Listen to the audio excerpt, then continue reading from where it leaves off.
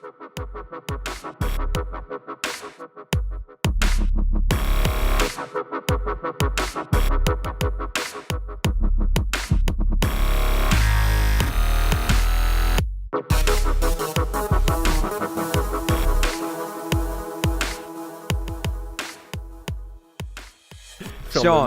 hey man, thank you so much for joining us. Look, you're a young guy on a Friday night. I know there's many things you're gonna be doing better than hanging out with us, but we appreciate you giving us the time. And man, I look forward to the next one. I really, really do. You've got a tremendous skill set, and you've got a tremendous skill set, and you've got a big future ahead of you, man. I'm excited for you. Thank you again for joining us. We appreciate it. Yeah, thank you guys. I really appreciate you guys having me. And as far as plans on a Friday night, I'm just gonna smoke some weed and play some Fortnite. So. Hey, Sean, have you developed that strain yet or no? What's that? That Sean O'Malley strain, is it complete yet or no? Sugar Show OG, yeah, it's complete. I got some. You want some?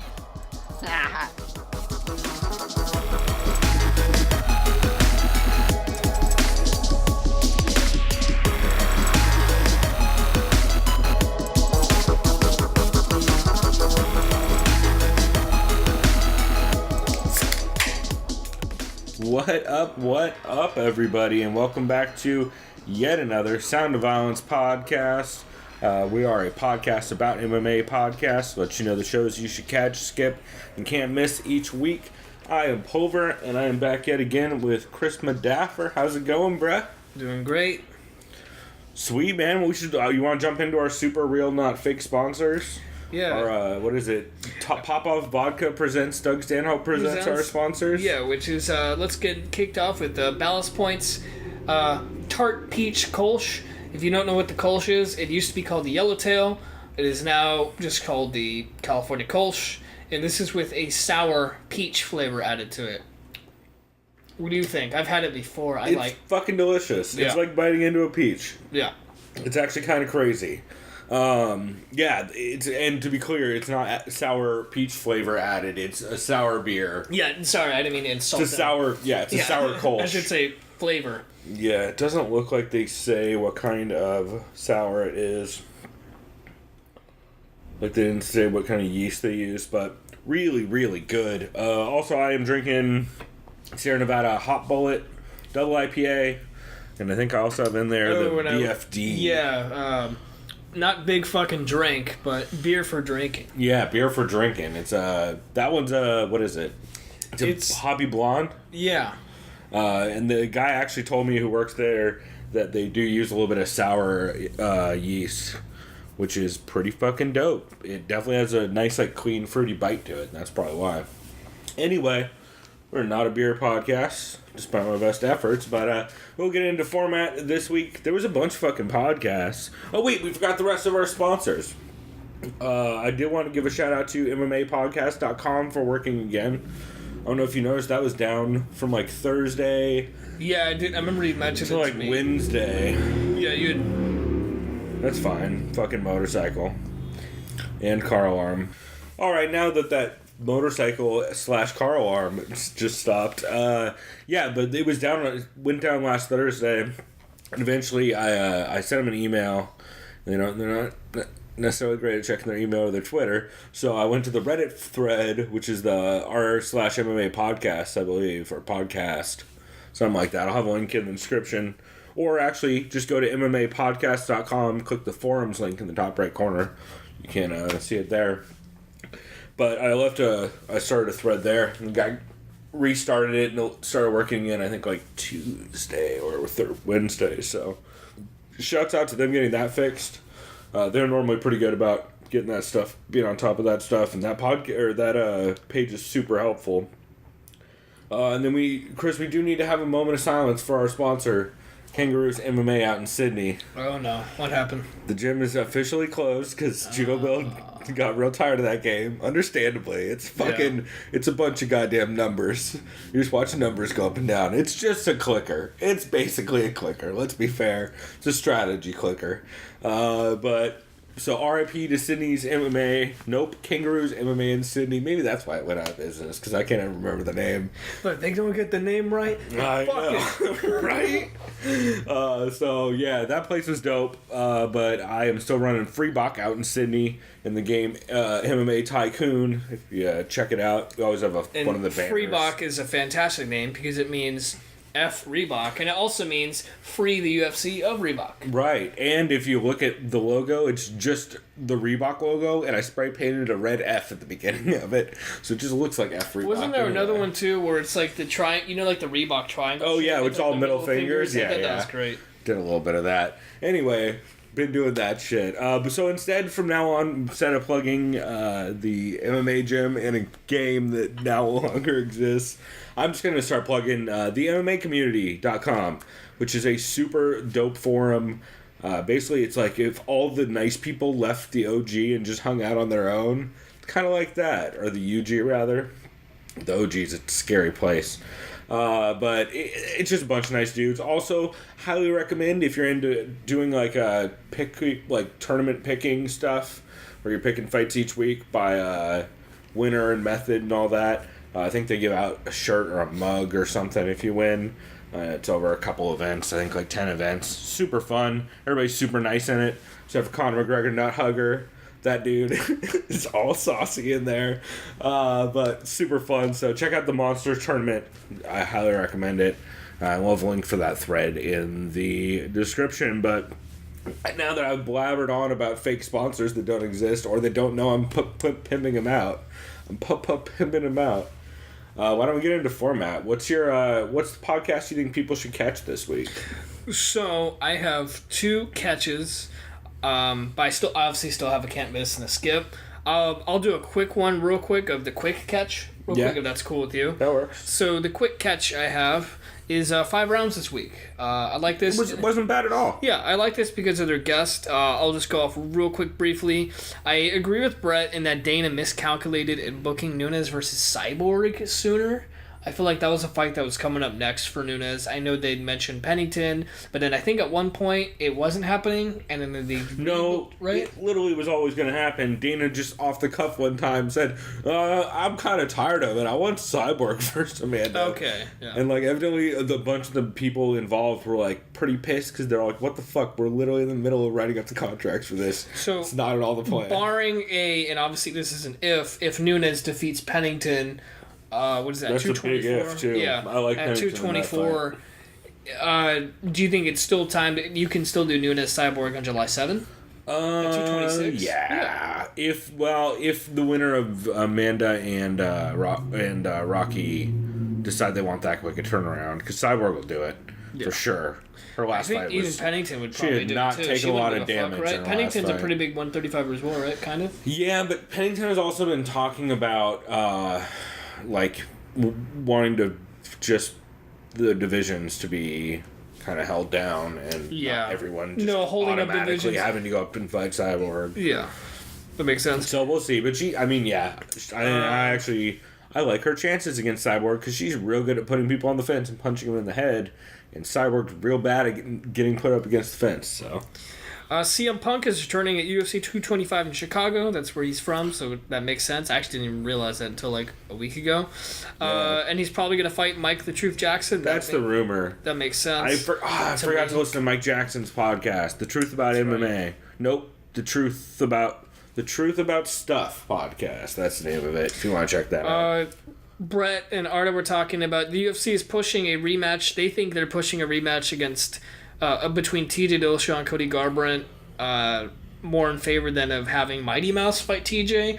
I don't know if I necessarily agree with that based on how TJ and Mighty Mouse have both said recently they both want the fight to happen. Yeah, they don't want to pay him what they want, but they're just, the UFC's not want to pay him, and that's bullshit. If you ask anyone, well, that's a little subjective, but I think that's bullshit. Yeah, I think it's pay bullshit. Them both. Because Brett's a huge TJ fan. He says, I think TJ is a top 5 pound for pound. I can make an argument for that too. I think anyone can. I mean, the guy. I mean, he's fought a bunch of killers. Yeah, and he's done real well. And his only loss is against Cruz? Not only loss, but only recent loss. TJ Dodson 1,800 years ago.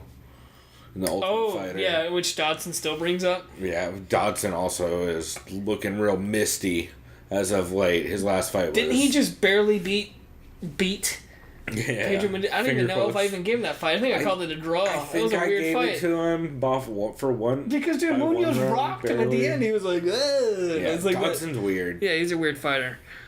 Seems like a fun guy to hang out with. Yeah, he seems like a cool guy, but yeah, weird as a fighter. Yeah, they're basically saying they think TJDJ will happen eventually, though, because it's up to the fighters. I hope so. Yeah, we all hope so. They said, why the hell is Bellator 200 not even airing on the US? Is it online? I remember you told me about this one time. Tape delay. Yeah, just the whole tape delay thing. So they said that's a they travesty. fucking hate the US. That's why I want to cover Bellator, but they don't want me to cover Bellator. They just make it difficult for us, yeah.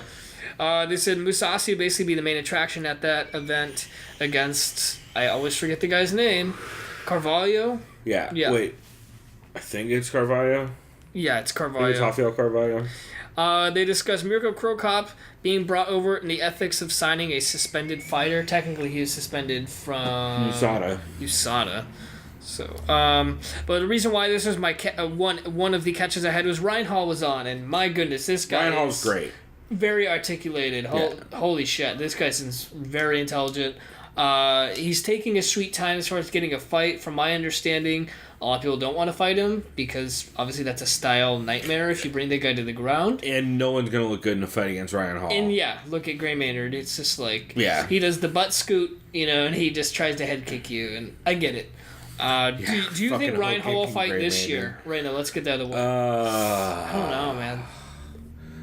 Not from the sound. I'll get back to it later, but I can't think of. There are plenty of good featherweights he could fight.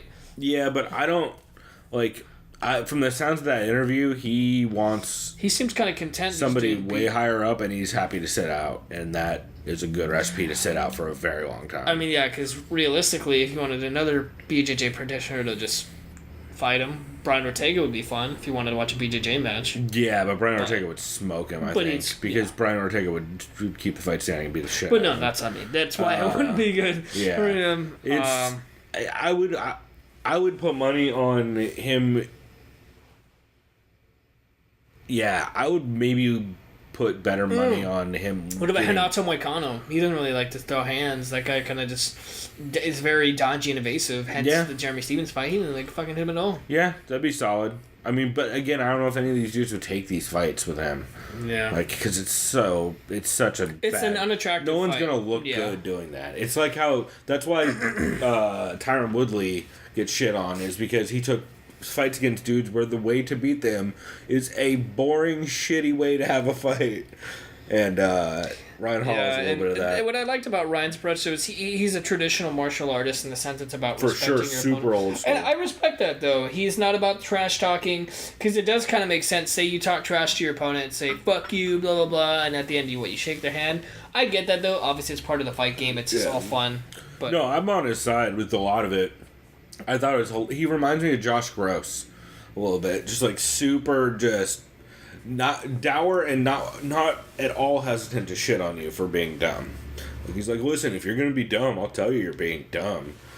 You could just not be dumb, and then we wouldn't have to have this kind of conversation. And then my second catch this is probably one of yours, I would imagine. Talker, perhaps? I wanted it, dude. I almost put it on there. It was this close, so I'm glad you put it on yours. You can go ahead and input that with me as well. Yeah. I'm glad you put it on yours. It was really good. So, Talker's finally back after, what was it, 4 months, 5 months? Something like that. They're joking that it's a quarterly podcast. Yeah. They're basically, so DC starts off, he's been training and... I guess I just started with their guest notes. So their guest was Sean O'Malley. Yeah. Sugar Sean. I think he's only 23 still. The kid's still young. He's been training and competing in combat sports since he was 16. I believe he said he started off with kickboxing. What I like about him is he said he loves to take moves and from tape studying other fighters. Yeah, while he's smoking weed. While smoking weed and getting really high. So basically, he's taking moves from Roy Jones Jr., basically with the feints, and that, I guess his boxing style, and Conor McGregor as far as the kicks. Yeah. It's kind of like the distance. And he said he picked up some stuff from Adesanya, too. That's right. And, you forgot the most important quote so far so far. Before Sean O'Malley called it in, which was from DC, going, I'm over here eating chicken wings. Your boy's a heavyweight now. Yeah. That's right. Fucking hilarious. Yeah, eating fried chicken and chicken wings. Yeah. Ridiculous. Then they talked a bit about that Tyrion Ware fight, and then how the doctor thinks he fractured it before the fight. Against Sukumtat or against Tyrion? No. Sorry. Before the fight against Sukumtat. They also talk a bit about his new strain of weed. Because DC is like really excited about how he has a new strain of weed. Yep, he smokes weed to relieve stress and help sleep. That's me. Yep. He's like, I mean, I don't really smoke weed all the time. I mostly only smoke it after training to recover when I'm in camp.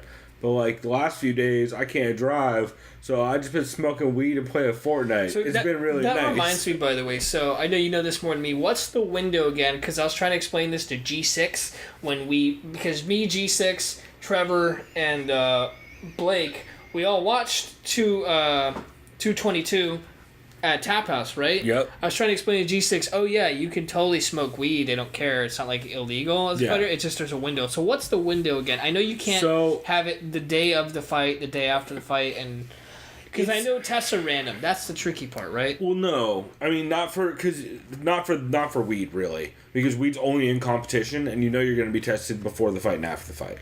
Oh, so it's only in competition? Yeah, it's only. And that's ironic because that's clearly not performance enhancing. Right. Okay. People argue that. What about cocaine with the whole Jones thing? Yeah, no, only in competition. Oh wow.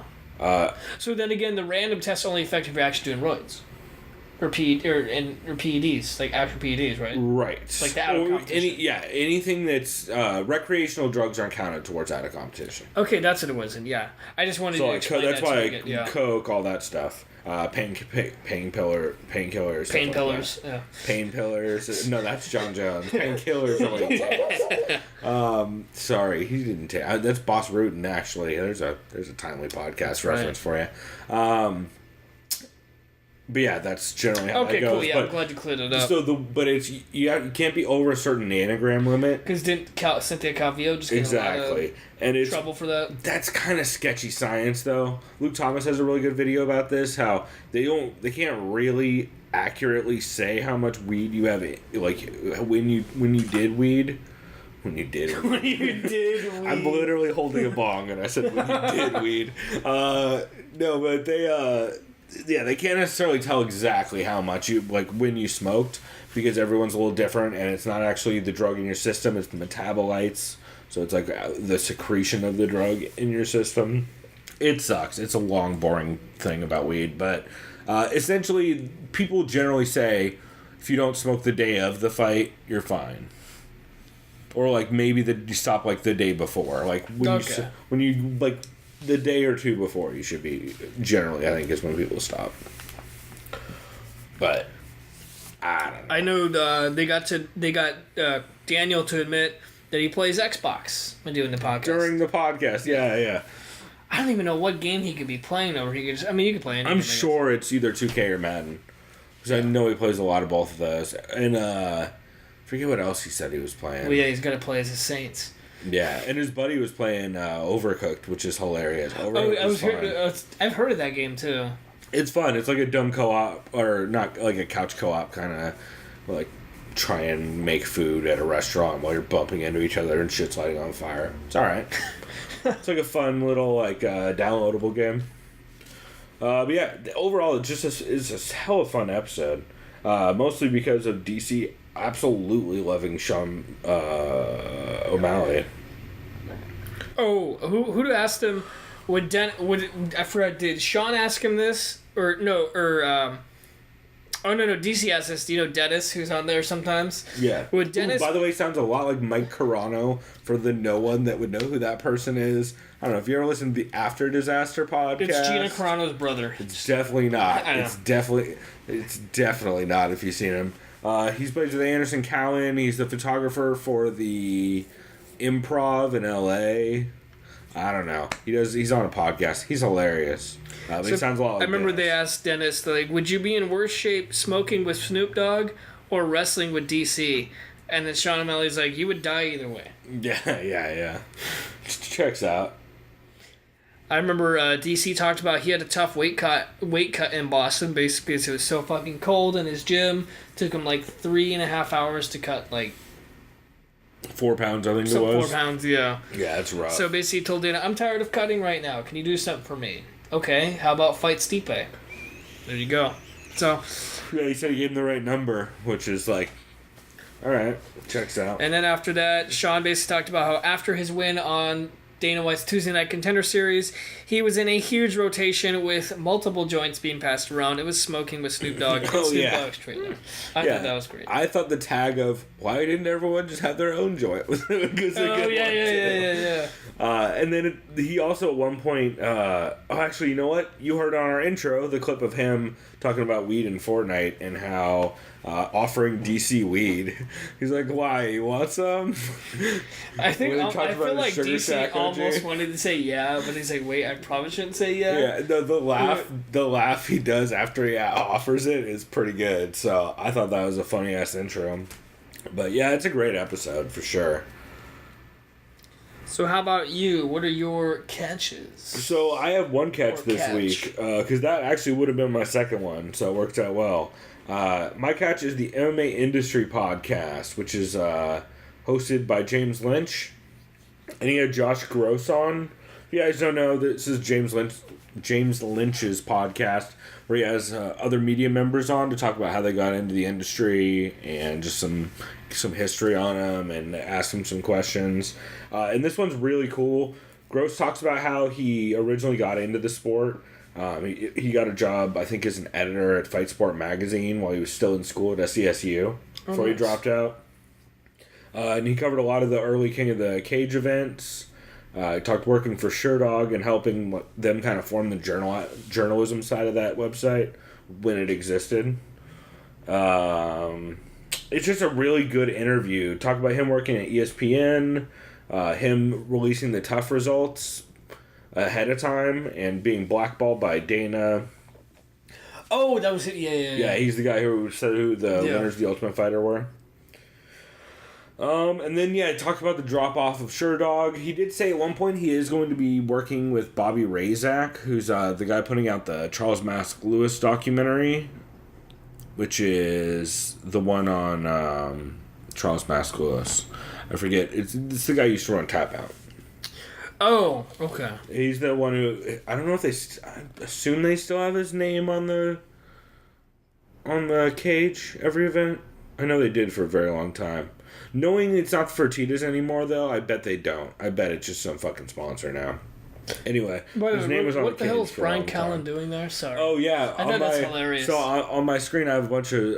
Or on my desktop, I have a bunch of screenshots. Because I know he's a comedian and he's been a small-time actor. Right. He was definitely in the show Kingdom as... so that's from Kingdom. Oh, yeah, that makes sense. As a Persian manager of a Persian? fight. No, I guess I can see it now. Bro. Kind of. And there's a stripper on him in the... That's what it looked like. I'm like, what stripper is on count and what movie is that from? Quite literally, yeah. Show Kingdom. Pretty good. Then the other thing they talked about is the MMAJA, which is the Mixed Martial Arts Journalists Association. And Josh is, I believe, the secretary right now. He talks about how it got started, and they've been working on it on and off since, I think, 2007 or so. And he just gets into the details on that and some of the rules. There is a rule, by the way, in the Mixed Martial Arts Journalists Association, which might prevent me from ever joining it. Not that I would. I'm not a journalist, but you can't drink at events. That's in the rules. Well, I guess I'm not doing it. That's no fun. I guess if you're working it for an outlet, it's different. No, I'll be honest. Like, I'd be able to do that only because it's basically you're at your job. You're on your job, so I know, it's the but same so law. Like, much. you can't drink on your job. Just let John Morgan... It's just a bummer. Let John Morgan have a beer. Hey, you know what that just means, it. dude? I would just turn that into an assignment that's maybe not more than an hour and a half, 2 hours. If you get everything done, your interviews lined up, and then you just go crazy afterwards. Right. You just say don't cover the event live, do pre-show and post-show coverage. Yeah. Okay, there you go. I don't know if that works. Yeah, I don't think you can have a credentials badge on.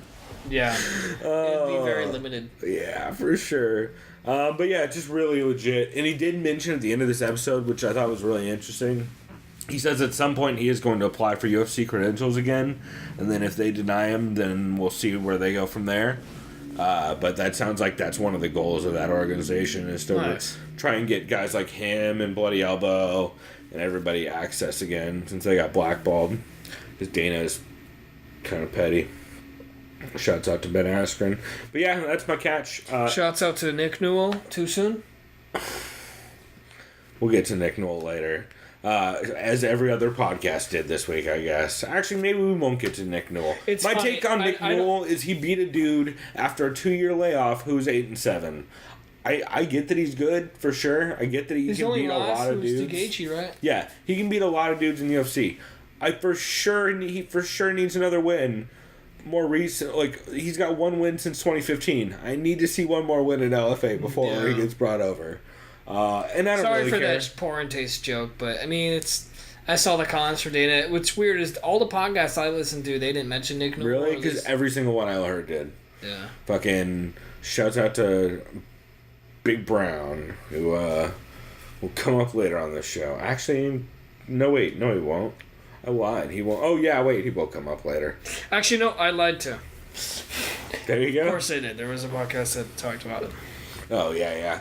It was. They're not on my list, but it was co-main event. It was solid. Oh, yeah. Co-main was solid. Nothing notable, but solid. They survived the drinking game. Yep. It's pretty good. The water champ, Chad Dundas. Fucking water champ. Dude, Chad's fucking chugging water the whole time. Anyway, we talked about that last week, very drunkenly, after 8 beers. Anyway, alright, so why don't we get to your skip? What show do you think people should probably not check out this week? Well, this show is already 4 hours long. So... Yep. Well, we all know what show that is. It's definitely not the hour-long The MMA show. 4 hour. Yeah. Fortnight, whatever you want to call it. Best part about this show, they got feedback. They're like, hey, listen, we know, we heard the feedback last week that everyone was upset that we split the episode up into 5 parts. Like, yeah, no shit. It's a terrible plan. So I'm just starting with guests that okay, well, the first guest that was on was Demetrius Johnson, Mighty Mouse. Talked about his new sponsorship with Zevia Soda, which is great, by the way. I've had it before. You remember when I can't remember why. I wasn't drinking for some reason. I was like detoxing or something, taking a break. Yeah. But it was fucking great soda. It's great. Super low sugar, low calorie. Yeah, I highly recommend the it's root organic beer. too. Everything. Yeah, I highly recommend the root beer and the grape. Nate Diaz is also sponsored by them too. Yeah, and they also sponsored my buddy. Actually, you remember we mentioned Mike Carano earlier. My buddy Anderson Cowan, who worked for Loveline and did a bunch of stuff, has a great show called The Film Vault. You can find on iTunes, but he, I think he knew the dude who either owned or was like towards the top of Zevia. So nice. they're supposed to be pretty dope. So Mighty Mouse talked about his daughter is going to be born in August. He's excited about that.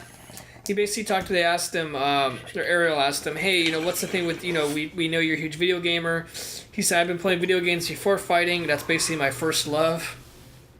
Obviously, as far as hobbies. Obviously, he has a wife and kids. Yeah. I know what you mean. He says he wants to branch out in the industry while rehabbing his shoulder. Because I guess, I think he re-aggravated his shoulder during rehab. Yeah, he said he was going to ham. Yeah. Well, I remember there's that clip I showed you when he's playing PUBG. And he jumps, goes like, ah! He's like, my shoulder! Or something like that. Yeah, that dude gets animated. He gets I so can much imagine more him playing Dragon Ball FighterZ being like this, probably too. He gets so much more animated during fighting games and PUBG than he does Shout out during to fights. PUBG. Got a chicken dinner last week. Hey! Squad. And it's funny. It was after my buddy Jordan, who you've met. Shouts out to Jordan. Mm-hmm. I refused to revive him because the person in front of me was shooting at both of us. I'm like, well, I'm not gonna revive you because you might rush me. Ended up turning out okay. We ended up winning. I got the game-winning shot. But yeah, he says he'll take a fight from any rightful number 1 contender who he deems, but and his focus is on TJ Dillashaw 100% because Ariel asked him about what about Henry Cejudo. He says, yeah, I'll fight Henry Cejudo too, but right now I want the Dillashaw fight. Right. So it was good hearing that. He talked about how right now talks are kind of dormant right now, but I think that's mainly because the UFC doesn't want to pay him what he's asking, which is what, $1 million? I don't remember, something like that. Something like that. So that's all I have from that. And I think it was 2. 2? No, I think that was an old number. I don't remember. Darren Till, the only other note, I should say, because unfortunately I could barely understand Darren Till because his connection was pretty bad. Yep, it was rough. All I wrote down was he's anxious to fight soon. He knows he's one of the most talked about fighters in all the UFC. Yes, no shit, because people want to see you fight. Yep. And the fight he wants out of any fight is a fight against Wonderboy. Yeah, I mean, checks out. The one sad thing that made me feel sad for him doesn't want that fight. Yeah, is that he saw his daughter for the first time in like almost 2 years. That's kind of rough, but then again, his daughter lives in Brazil. Yeah. So. Yeah, that's for sure. Oh, did you have any other notes from that? John Phillips was on because Ariel can't stop blowing Irish people from SBG. Rick Story Skypes in, talk about signing with PFL. Rocky Pennington did call in, talk about getting the Amanda fight. A big Rocky Pennington fan, that was cool. She talked about she was pissed that Dana said what he did about the Cyborg versus Amanda fight, which is understandable.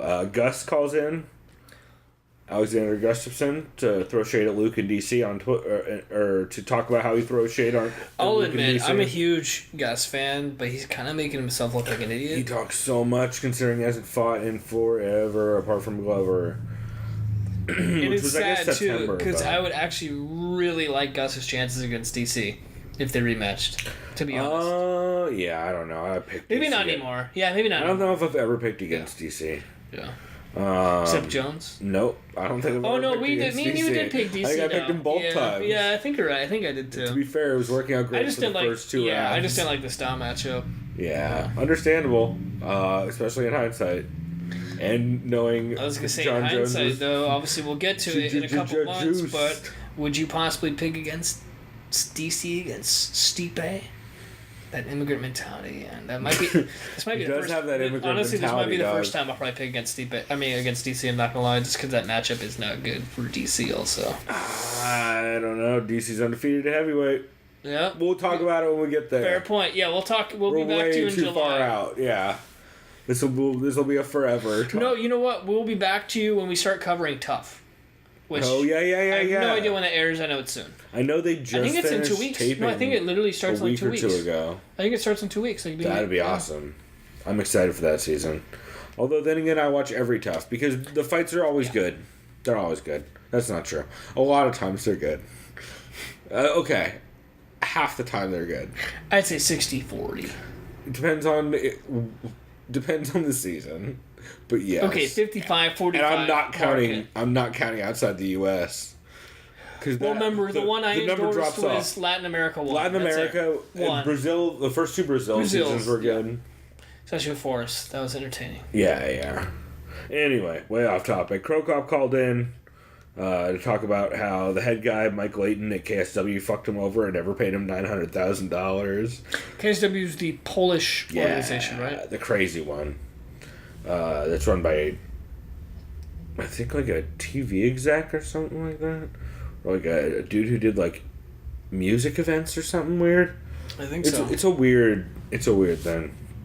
Anyway, Ariel questions why people care that athletic commissions are ignoring USADA suspensions. He's like, well, I don't get why people care about Scott Coker having fucking Krokop on a roster fighting. What's the big deal? It's USADA. It's not the athletic commission. It's like, yeah, bro. Also, you tend to just choose whoever's side gets you the most guests. So that's a thing. Oh, he called it a non-issue. And then Leon Edwards Skyped in. Oh, great. I don't know. It was fine. He really pushed that Nick Newell stuff hard. Oh, also Ben Askren Skyped in at the beginning. Talk about George's comments. And how he thinks he's going to fight GSP I want to fight. Yeah, I don't know about that, but I hope he does. Dude, he should. And I think I don't know where they would fight. Quebec. He said in Canada. But like with which promotion? Oh, well, that's a good question. That's why I'm asking that. Like, that's a good how question. is that fight going to happen? Dude, George St. Pierre could make his own goddamn promotion. To be honest, yeah, now you say that, dude, they'll probably end up fighting in Ryzen. I would actually make a bet. Not in Canada. Oh, yeah. It'll probably be Bellator, dog. Dude, how much money can we make? Is there like a real bet out there? Put Rory McDonald on the as the co-main. $20. It happens. I don't think that happens, but... Shouts out, by the way, to my friend Paul. I made a quick $20 off. Sorry, dude. He made a bet against me this NFL talk that a certain wide receiver from the Packers, Jordy Nelson, wouldn't sign with the Raiders. I said the Raiders always overpay for aging wide receivers, and I won that $20. That was great. Even though it was against the field. I just had to put it out there, so... Yeah, that sounded like names of things. Yeah. But I'm saying $20 is a fun betting number. But then again, I'm not a huge gambler and betting guy. Right. So, but I'm saying I would definitely put $20 to $40 that if Ben Askren were to fight GSP, like I said, Bellator, that's why you double up on that. I really don't think that'll be in Bellator. I really think the UFC will cave. Because I think... they'd have to... Yeah, especially, like, dude, I feel like you need... Well, even though Dana doesn't like Tyron... Well, how much longer is Dana around? Because it's starting to seem like not much. He's not even at events. He's watching boxing ringside. Yeah, his son's a boxer. Yeah. I don't think Dana gives a fuck. I think Dana's gone maybe by 2019. In which case, I don't know, fucking... Some agent, some actor guy? No, it'll be like some fake figurehead that they can just get to That's a talk. puppet. That's a puppet, yeah. I don't know. Neither of the matchmakers could do it. I don't know.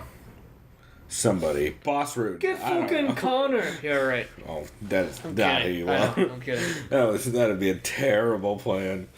No, they'll get somebody. I'm trying to think of somebody who's not punchy. They'll get... They can't pay Joe Rogan enough to do that. They'll get Jimmy Smith to do it. No, why not? I don't think Jimmy'd want that job. Anyway, yeah, I can see why that's a skip. It was fine. It was okay. It was long and Ariel got kind of preachy. And of course he had John Phillips on. There's a lot of people on the card this weekend. It's John Phillips on. Whatever. My skip for this week is partially because the name of this podcast... How you gonna be below the belt 70 when it's your second below the belt episode, Mr. Brennan Schaub? You rename your show, you rename your numbering. You don't just get to go from Big Brown Breakdown episode 69 to below the belt episode 70. That's not how numbers work. No, he did it intentionally because I know he doesn't want to say it's his first or second episode and have to have a small number again. It's an okay episode. I don't know. He talked about OJ and the recent OJ interview for like the first 20 minutes. Oh, talk about how he may or may not have killed. Yeah, he also talked. Well, he did talk about how he met the first time he met Max Holloway at a cheesecake factory in Denver after a card. Sounds like an interesting run-in. Yeah, that was actually kind of cool. He played a pre-taped call with Deontay Wilder, who's sick as fuck, coming off his win over Ortiz. Just like super sick and sounded like he was not. Like, I was trying to think, like, I mean, do you think it's like this dude? It's just bad timing. He's had a cold or whatever. He's super sick. He talks, of course, about Nick Newell, whether he's fighting the UFC, which then, of course, classically leads into the transgender fighter who fought in Brazil. Oh, I saw that. I didn't see it, but I saw an article about that. Yeah, we'll talk about that. I don't know. He talks about... he gives 2 picks for UFC London, the main and the co-main, because it's the only people on the card he knows. And then he plays a pre-taped interview with Max Holloway over the phone, which was fine. But, yeah. Max says he hopes to return around July if he doesn't need surgery. So put him on that 226 card, please. Yeah, is that July? Yeah, July 7th. Yeah, Let's fucking go. I'm sure that's what he's shooting for. DC Stipe main event, Max Ortega, go. Well, Max keeps saying, like, I want to do the event in Hawaii, but if we can't do it in Hawaii, Vegas is like the 9th island, so... Yeah. Makes sense. And then how about you have TJDJ as the other fight on there? Oh my god. That would be huge. Would that be the most stacked card of all time? So you had like other bench fighters? No, because 200. Like, you would have to, like, stack the rest of that card super hard. Oh, yeah. Or 205. 205 is real good. Yeah. Anyway, so yeah, that was my skip. Why don't you get into your show you think people should not miss this week? Mine may or may not be the same as yours. I absolutely love this one, 100%. The fuck cocksucker? Yeah. Which one, dog? Mine are Rogan. Rogan's. I actually have both of them. Okay. So, yeah, Joe Rogan MMA Podcast. Here, do you want to say yours first? Because yours precedes the Joe Rogan one. Sure. I will do the Yeah. Churchill What's Happening Now, episode 566, with Yoel Romero. Yoel's in studio with Joey Diaz. I love you. The fuck sucker. Yeah, Yoel's basically talking in Spanish most of the time, off and on, and Joey's translating. Which, by the way, Joey is the best translator how ever. high was Lee? Not as high as normal. Okay. But that's I still can imagine very high. if you saw video, he's just like this the whole time, just like watching these two dudes, and he's just probably like, what the fuck is going on? I mean, yes, both of those things. Because he was high, but he wasn't like as high as he normally is. It gets pretty bad sometimes. Because I just remember that Action Bronson Joey episode. Fucking Bronson looks at him, he's like, yo, man, what's up with your boy? Joey doses him so hard, bro. He's like, Lee, come on, we're in training. Here's 5 stars of death. He just yells at him, we're in training, cocksucker. Lee Sion! The fuck, cocksucker. Yeah, it's great. It's just Joey and him talking about Cuba and Yoel's upbringing. How, like, basically, it's a lot of the stuff's on the Joe Rogan episode. They do talk about how he got into MMA because some guys brought over to Cuba some Old Valley Tudo videos and UFC that had Tank on it. He, like, loved Tank Abbott when he first started out, which I think is hilarious. And I forget how good Joey's fucking Spanish is, especially his Cuban Spanish. Really goddamn good. Except for he's what? Is it? His dad is Cuban. Was his mom? He was born in Cuba. Oh yeah, I He came forgot. here when he was, Is like, he 9 Italian months or too, or something? no? I can't remember. Wasn't his mom Italian or something I like think that? he's Cuban and Spanish or something. Oh, his mom's from Spain. I can't remember what it was. Something like I can't remember that. if he was Italian too. Maybe he's just around Italians. I think it's... No, his stepdad was Puerto Rican, maybe? I don't know. Joey knows everybody and is everything. Yeah. Joey just is. But, yeah, they talk about him fighting in Strikeforce after coming from Germany and how he met Fidel. That's right. Met Fidel. Yep.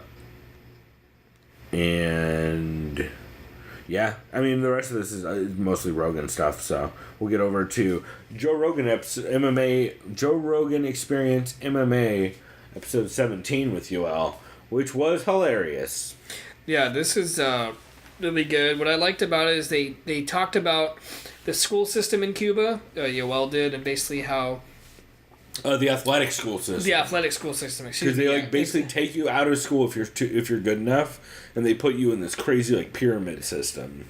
Yeah, and I remember he Really talked about how he originally wanted to be a boxer, but he had to hide it from his dad. His dad didn't like that at all. His dad, who was the number 3 boxer in Cuba. Yeah. Which is like, oh, dude, no wonder you're just a monster. Yeah. He said it's a strict system, tough system, but based on how small Cuba is. This, I think, what Joe was talking about. Look at all the talent they produce in sports. You look at boxing, wrestling, baseball. Baseball special. Shouts out to the Padres. Think their general manager signed a fuckload of Cuban prospects. Really? Yeah, last year. That's a lot of good. awesome. I think on the team, Jose Perella and Manny Marco. He's now from Cuba. He's from Dominican Republic, so it's one of those two islands. Fucking one of fantastic. the cigar countries. They're both fantastic at baseball. Yeah. What is about tobacco that makes you good at baseball? Yeah, right. And now MMA. Yoel said he was basically on the Olympic team for 15 years or training for 15 years? Was he? I know he was participating, right? Yeah, he was in that academy for 15 years. The academy. And he said it was intense because everyone is basically trying to, excuse the word, usurp your position or usurp. Basically, they're trying to take you over, and basically it's a dog-eat-dog kind of style. When the higher up the pyramid you are, the better accommodations you have. So you have actual food. The thing I liked that really caught my attention, she talked about how they'll take advantage of your weaknesses if you fall ill, or if you hurt your foot. People will know about it. They're spies. They'll be you're training with guys all day. Oh, this dude hurt his foot. Well, this guy hurt his rib. This guy had a cold last week. Okay. It's pretty crazy. Yeah. And it's crazy how good Joey's able to just translate and Joe's able to ask questions. And Yoel's has enough English to where he's pretty good. I saw someone had a quote on YouTube. I listened to about, I think, an hour of this or 45 minutes. But someone said, like, they said, yo soy tranquilo, just literally says, I am calm or I'm calm. But then Joey's like, chill, dog. I didn't want that guy to don't fuck with me, or I didn't want that guy to fuck with me. But yeah, when you translate Spanish, it's not literal, or you shouldn't do it literally, like to English as verbatim, because it doesn't really translate. Well, and Joey's not going to ever use the word calm, probably. Like, Joey's going to be like, I'm a chill dog, or whatever, But it seemed like he picked up on a lot of what Yoel was intending. Yeah, Yoel talked about how he went to Germany, because he was talking about the journey from Cuba to the United States is you can die. Yep. And it's difficult to pull off. So he went to Germany first. He lived there for about 6 years, I think it was. Said he, not unfortunately, but as far as the MMA scene there, they knew he had Olympic experience and he won a fucking silver medal. Yeah, it's like, that's not fair. So you're going to be fighting a pro fight. Yeah, and Yoel was like, well, fuck. I have I have limited boxing experience. Yeah, and he was talking about how his uppercut was as wild as possible, and they even commentated over one of his early fight videos. Yeah, one of them was like in a basketball gym. The other one's he's just throwing crazy hands. And Rogan gets so excited because it was in a basketball gym. Yeah, he's like, all MMA fights should be in a basketball gym arena. Yoel was talking about there were no MMA gyms or coaches in Germany at that time he got there, which was 2007. Said in his third fight ever in MMA, he beat a guy from Austria who had fought previously against Alexander Gustafsson, which is pretty crazy. He said, he also said him and Gus were supposed to fight. Because he was actually fighting at 205 in Germany. As well as somebody else. He couldn't remember who it was, and neither could Joe. He said it was a black guy from France. And Joe was like, oh, is that Czech Congo? He's like, no, it's not Czech Congo because Czech Congo is heavyweight. And Joe couldn't think of it either. So it kind of confused me. I found it, but keep talking because I'm trying to find it in my So basically, notes. it was this black guy from France. I don't know the name. Pulver's going to look it up. But basically, he said after nobody wanted to fight him in Germany, after he beat that guy that fought Gustafsson, Strikeforce offered him a contract, which then after Cyril Diabate. What's his name? It was Cyril Diabate. Cyril Diabate. Cyril Diabate. Okay. Yeah.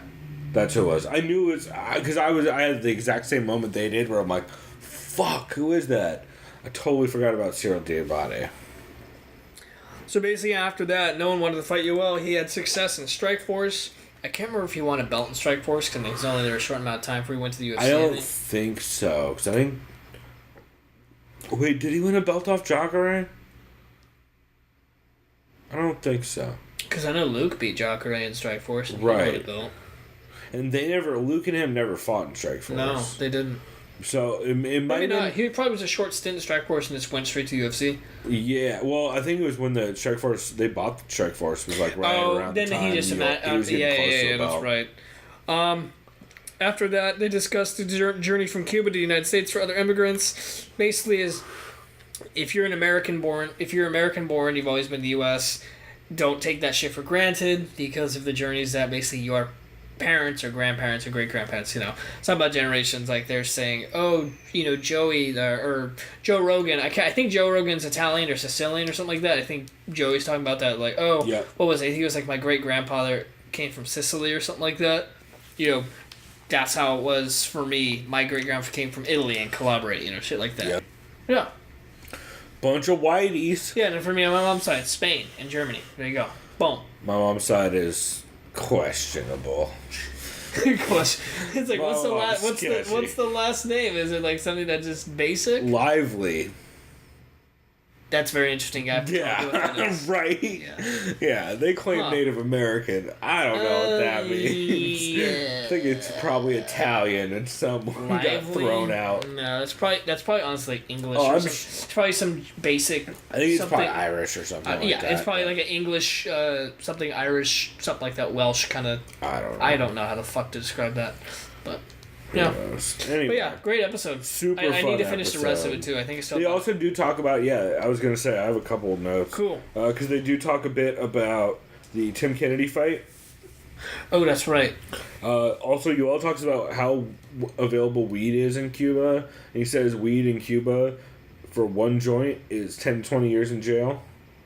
Fucking crazy. What? Yeah. But yeah, they talk about that Tim Kennedy thing. That's like worse than the UK. Yeah, it's pretty wild. But they do talk about that Tim Kennedy thing. and like him sitting down on the stool and all that bullshit. He does mention that Tim Kennedy grabbed the gloves at the end of the round right before that, and he was smashing him with uppercuts because he was holding on to Yoel's glove and smashing him with uppercuts. I have to watch that fight again. Yeah, me too, because I don't remember that part. But anyway, he denies trying to get extra rest, but whatever. And yeah, they just talk about his crazy style and talk briefly about his upcoming fight against Whitaker. Like, they try to get some info out of him. One thing he does seem like is he's working on his cardio a lot. So everyone has to be happy about that, because that means more output. So, I don't know. I thought it was a great episode. Joey Diaz translating is fucking incredible. It's fucking great. Well, it's funny because it's that Cuban dialect. He sounds just like Yoel, just these little different accents. Yeah, well, and Joey knows Spanish like a motherfucker. I forget how good Joey is at Spanish. People forget too, like a lot of. I don't want to say there's a lot of ignorance, but there is obviously when it comes to just that Spanish as language. Oh, for obviously, sure. like the actual Spanish, like from the Spaniards, sounds totally different. That's like saying the actual English from Englishmen. Literally, English words people are different. Sounds different Verbs. too. Like just like in England, when I was there years ago, when I was like 16. Instead of saying, "Oh yeah, I say I train lots," or "I do this, lots of times, loads of time, mate, loads of time," shit like that, right? Right. But just like with Spanish, like since we have more Mexicans around us, here in California, their dialect's way different than anything here from here. Anyway, it's so fucking fascinating about like some of those different things that the language does, and that's why I appreciate that episode a lot too. Because like the way I hear Yoel and Joey speak Spanish is a lot different. Cause it's not regular Spanish. I don't know any Cubans. No, I don't. Yeah, I don't know Cubans. Yeah, the only Cuban Spanish I've heard is Joey and Jorge. It's like, and by the way, I loved all the comment. Like Jorge was all hyped about this episode too, which is great. So I thought. Oh, that's right. Yeah. Because Jorge's been on Joey's podcast before too. So, yeah, just super dope. Do you have a new show you listened to this week? Fortunately, not. I know I wanted to get to something. That's all right. I actually have two. I will cover very briefly.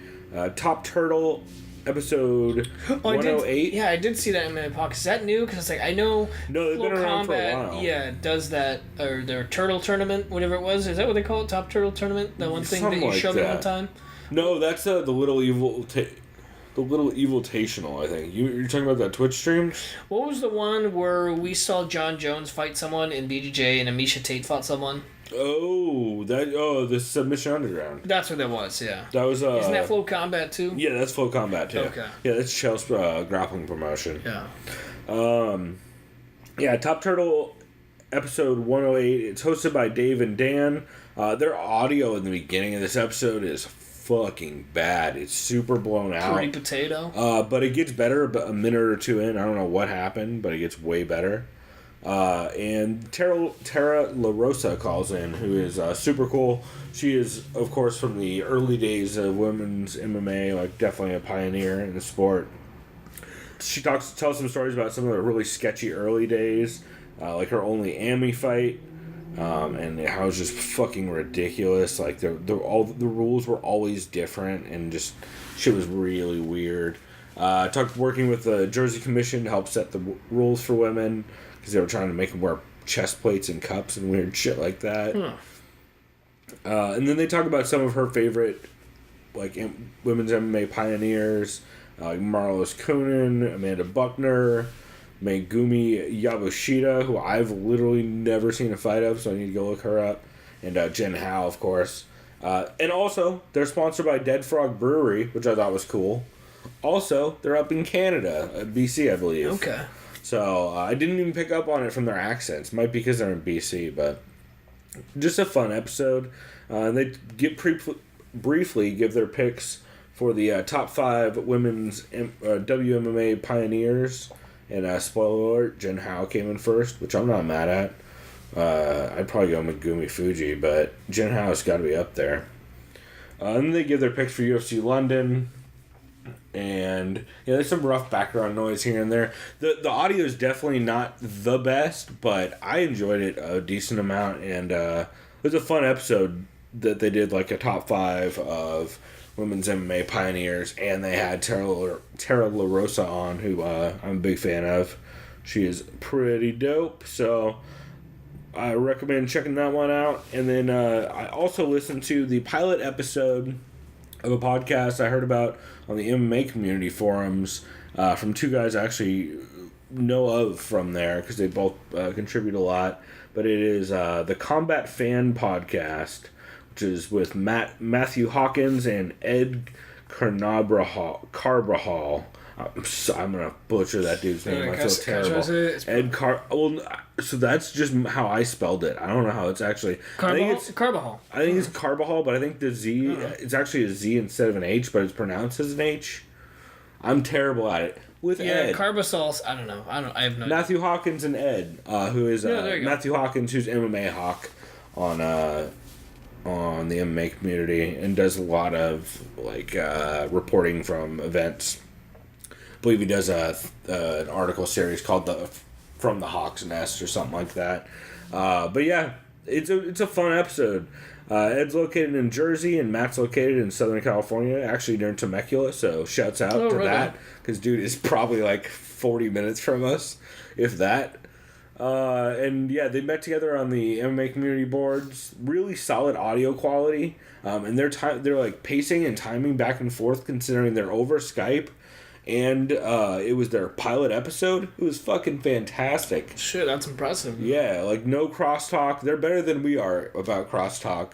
They're not drinking, which probably helps, but yeah. But it is. I had a lot of fun listening to it. They do talk a handful as well about Nick Duell and whether he's ready to step up to the UFC.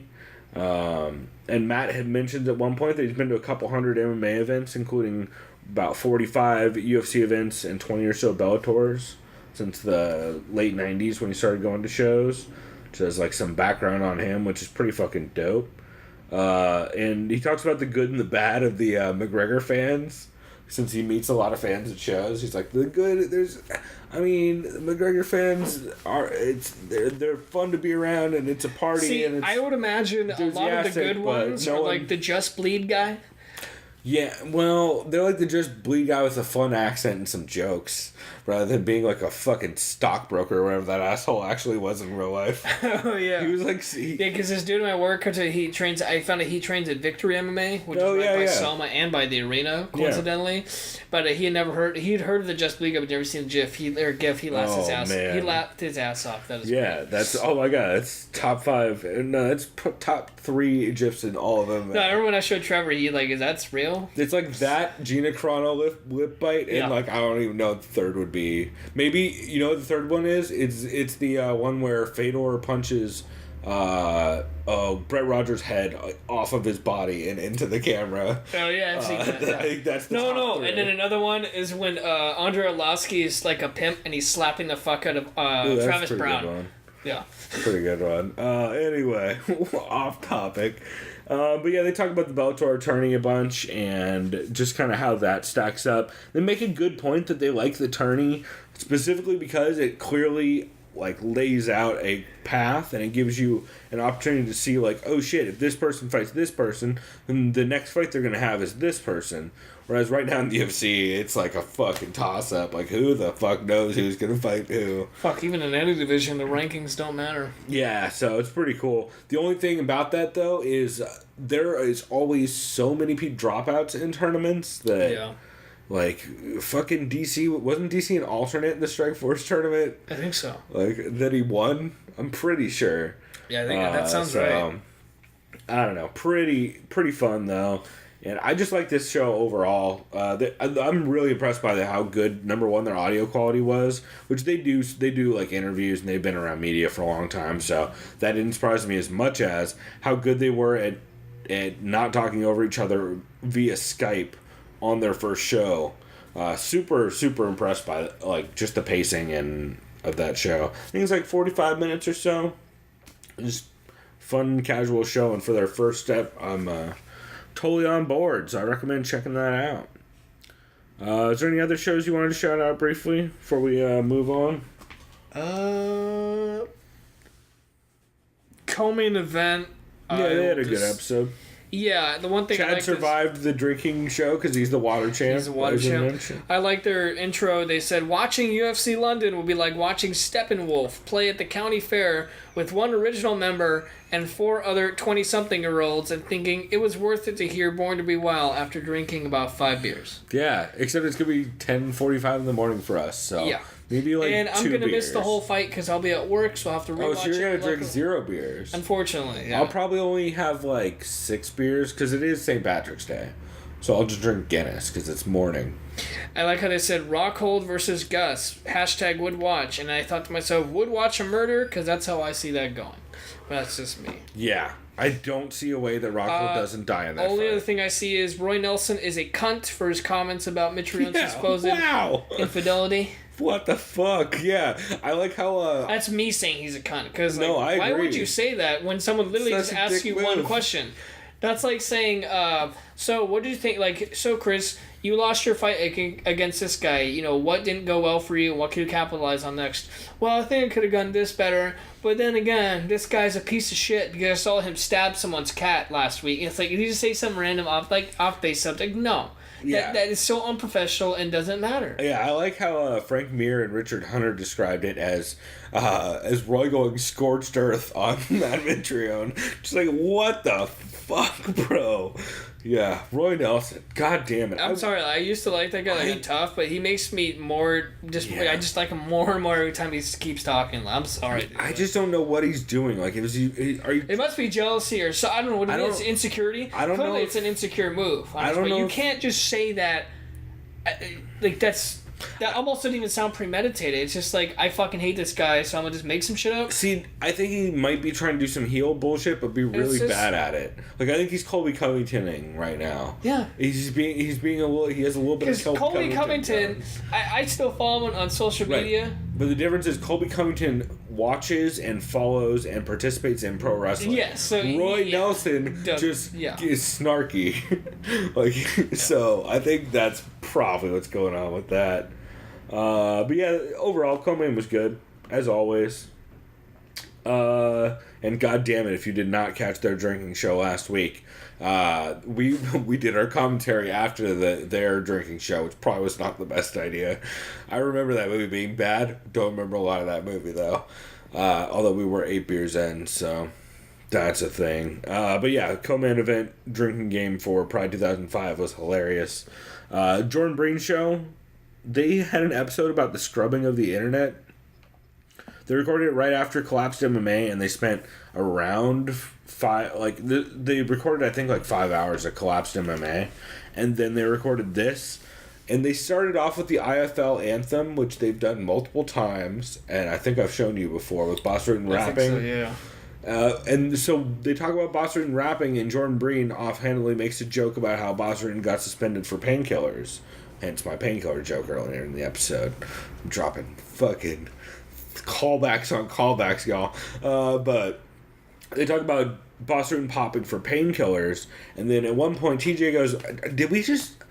I need to verify this story because I don't remember exactly what he popped for. I think it was painkillers."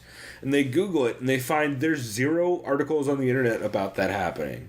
And then they start freaking out because they were around when those articles were coming out. Like, they were working at Sherdog when they think that article was published.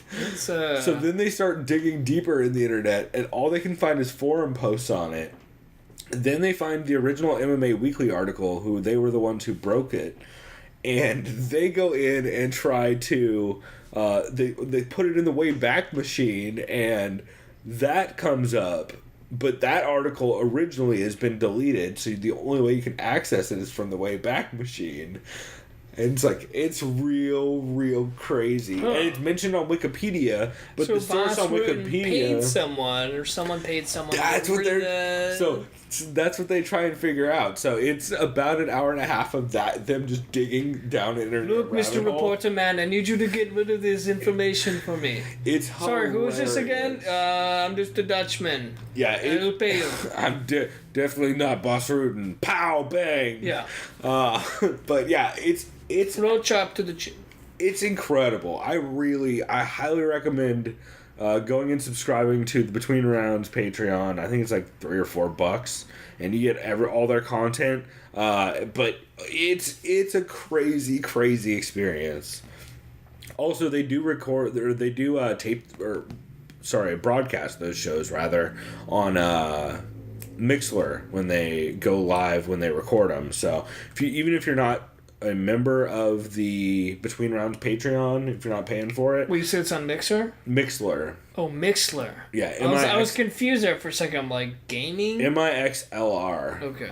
It's basically a way where you can just broadcast like an audio feed. But speaking of that, they also did part 1 of Collapsed MMA UFC 47. If you don't remember, Collapsed MMA is Jordan Breen and TJ DeSantis taking a look at old MMA cards and doing a lapsed fan style rundown of them. I honestly was going to use this as one of my picks because it was really good, but it's just so all over the place that I went with the other ones, but as easily could have been it. So for $3, you can listen to this and the Jordan Breen one, and I highly recommend doing that. Basically, they just go through and talk about how crazy UFC 47 was. There's a lot of really good jokes about DJ AL3, who is the in-house DJ for the live UFC events. Mike Goldberg's cheddar scale for the cheddar scale for Mike Goldberg's hair. And also coked up Juliette Lewis jokes, because she shows up in that show real drunk and high. So it's a lot of fun, and actually I believe they post part 1 of the Collapse shows on the Between Rounds feed for free, so you should be able to check those out. And those that's pretty much what I want to shout out. MMA Road Show 155 was good, but they're over in England, and Shatmar, or however you pronounce his name, definitely had a super blown out voice. And Luke Thomas said some fucking hilarious things about Floyd Mayweather's wrestling ability. Did I share with you? Well, you probably already saw. Do you follow? Is it as Shop as It Gets?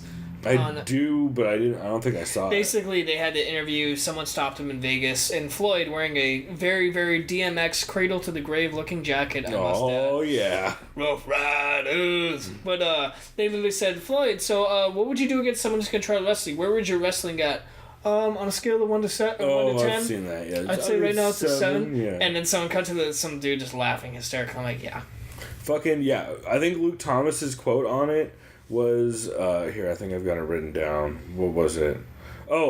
He says, drown the idea of Floyd having any kind of wrestling skills in the bathtub. Take that idea and drown it in the bathtub, because that's where it belongs. It was very aggressive. He also evidently is launching a t-shirt company, which is pretty cool. That, yeah. So it should, I think, drop next week. But those are the main ones I wanted to point out. Overall, it was a good weekend podcast for sure. There was a bunch of fun ones. I also, unfortunately, did not get a chance to check out the Three Amigos again, since it comes out on Friday, so that makes it tough. And there was another one. You know what? Pound for Pound 138 was pretty good, too. But, and I did not get a chance to check out the Phone Book Fighting 183, where they talk about, what's-his-face going Scorched Earth. So we will, I guess, wrap this segment here. And since we don't have a fight to recap this week, we will just be back with our picks for UFC London coming up this weekend on Fight Pass. 10:45 start time a.m., which is... Fuck. I love these cards. But I mean, I would like the start time, because then I could have some good breakfast, but wait, I gotta fucking work. Yeah, that's not as good, so... Let's be real. I'm gonna have it on my phone when I'm at work. Yeah, that's probably the way to do it. That, or worst case, like I said, it'll show up on Fight Pass right after you're off, so you can watch it that way. Fuck St. Patty's Day, dude. I'm gonna stay home, not get arrested, and just drink heavily at home while watching the fights there. Oh yeah, my plan is to buy some Guinness, some Jameson, and that's right. Gotta keep it Irish. So. hang out and watch fights. So it should be dope. So we'll be back with that here in a minute. And what is our clip, Chris? Our bridge clip, like as of right now. Yeah, what's the one that? The one I wanted to go with is SBG Ireland's own Owen Roddy talking about how Conor McGregor doesn't have anyone worth fighting right now. There's no surefire contenders right now in the lightweight division lining up to fight Conor. There's no one worth fighting, as he said. So you'll get a good kick out of that. Checks out. That's good. That's good stuff.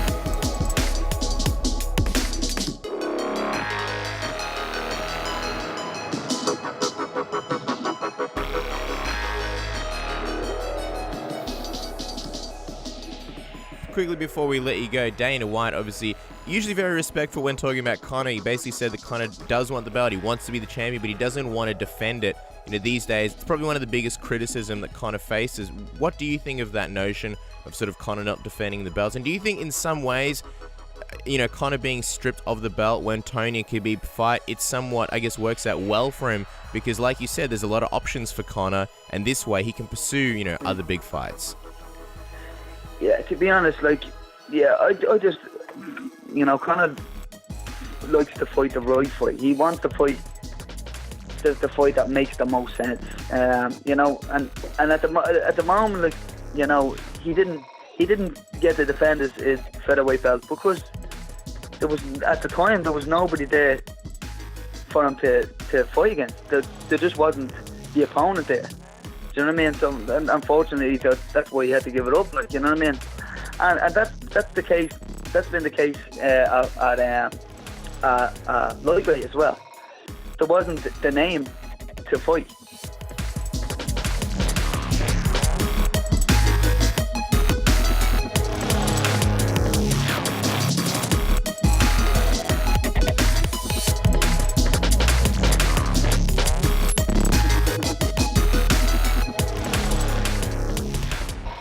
All right, we are back. Yeah, we are. We are here to preview UFC London, Fabricio Werdum versus Alexander Volkov.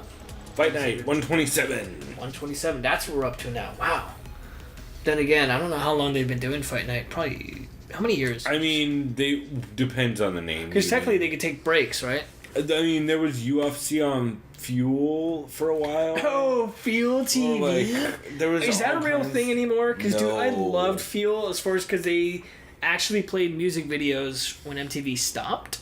You're thinking Fuse. Or Fuse? Oh fuck, you're Fuel right. was one with You're right. No, you're right. You're right. And skating on it all the time. Fuck. See, I'm getting that confused too. Fuse, yeah. Fucking all those weird deep cable I just channels. remember that Mistress Julia chick. She would be like half naked in her bed and says, here's the best videos for this thing. Checks out. That sounds like some 2000s bullshit. Fucking Fuse. Anyway. Jesus. We are not here to talk about Mistress Julia, thank God. We are here to talk about this card, who, I forget who referred to it this week as it was John Morgan and Sandeku at MMA Junkie on the MMA Road Show podcast. I believe they referred to this as the third best option for this card. We should all consider that, this is the third best main event we could have had for this, so we expect that. Yeah, I mean, well. And there's some fun fights on this card, but some... Third best and as where's Michael Bisping or where's Darren Till? I mean, yeah, exactly. Yeah. That's exactly why, but this card could be fun, though. Then I think there's going to be some they fun just announced fights. the UFC is coming to Liverpool. That's because they're no longer going to Dublin. Well, yeah. They just moved that card to Liverpool, which I'm not surprised.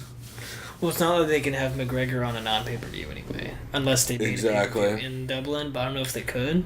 I mean, they could. No, because they would have to do Croke Park, and there's still permit issues with Croke Park. Oh, that's right. Because of the curfew.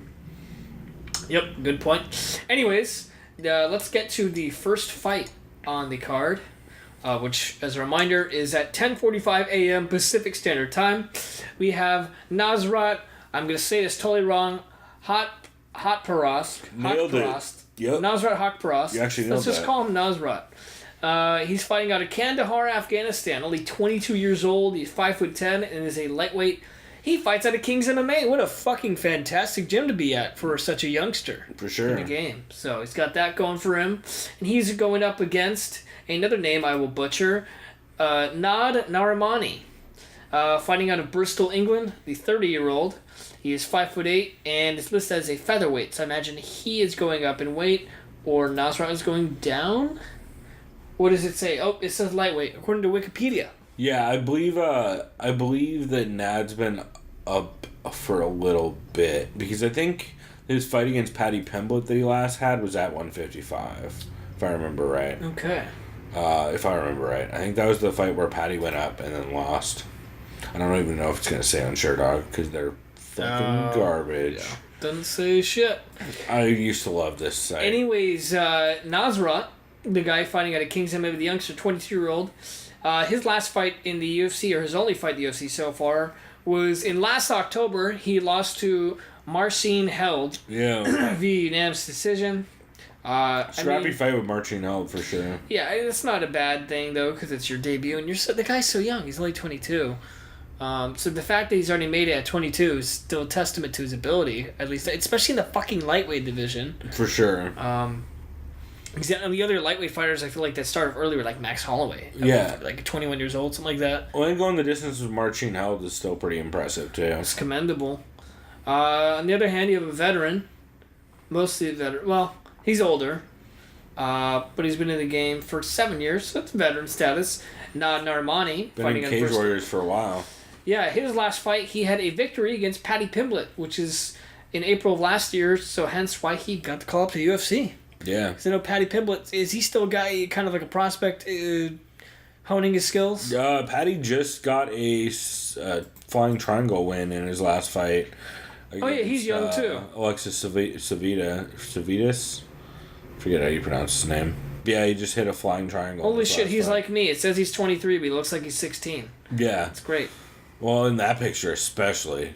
To be fair, that was probably taken a long time ago too. Yeah. But he still looks pretty much like that. So which way are you leaning on this one? Honestly, I'm... Part of me kind of wants to lead towards Nad Narmani because he beat Paddy Pimblett, who's pretty hyped up, even though he's a youngster as well. But we got the youngster Nasrat. He did go the distance against this is honestly kind of a coin flip to me. But part of me, I think I'm going to go with Nad Narmani because he beat Paddy Pimblett, who's kind of been hyped up. So I feel I'm taking it, and it's not really logical, but more in the sense, well, he beat a youngster in Paddy Pimblett who's well more known than Nasrat, who's a youngster too. So if he beat one young guy, he's going to beat the other one. Yeah, and I'm actually going to lean that way too. The one thing I'm curious about is how Nad's wrestling matches up against a dude who's out of Kings. Because fair point.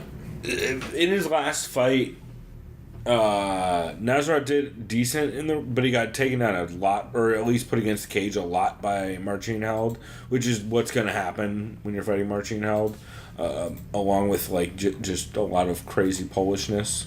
But yeah, I'm gonna lean towards Nad, but it's real close in my eyes.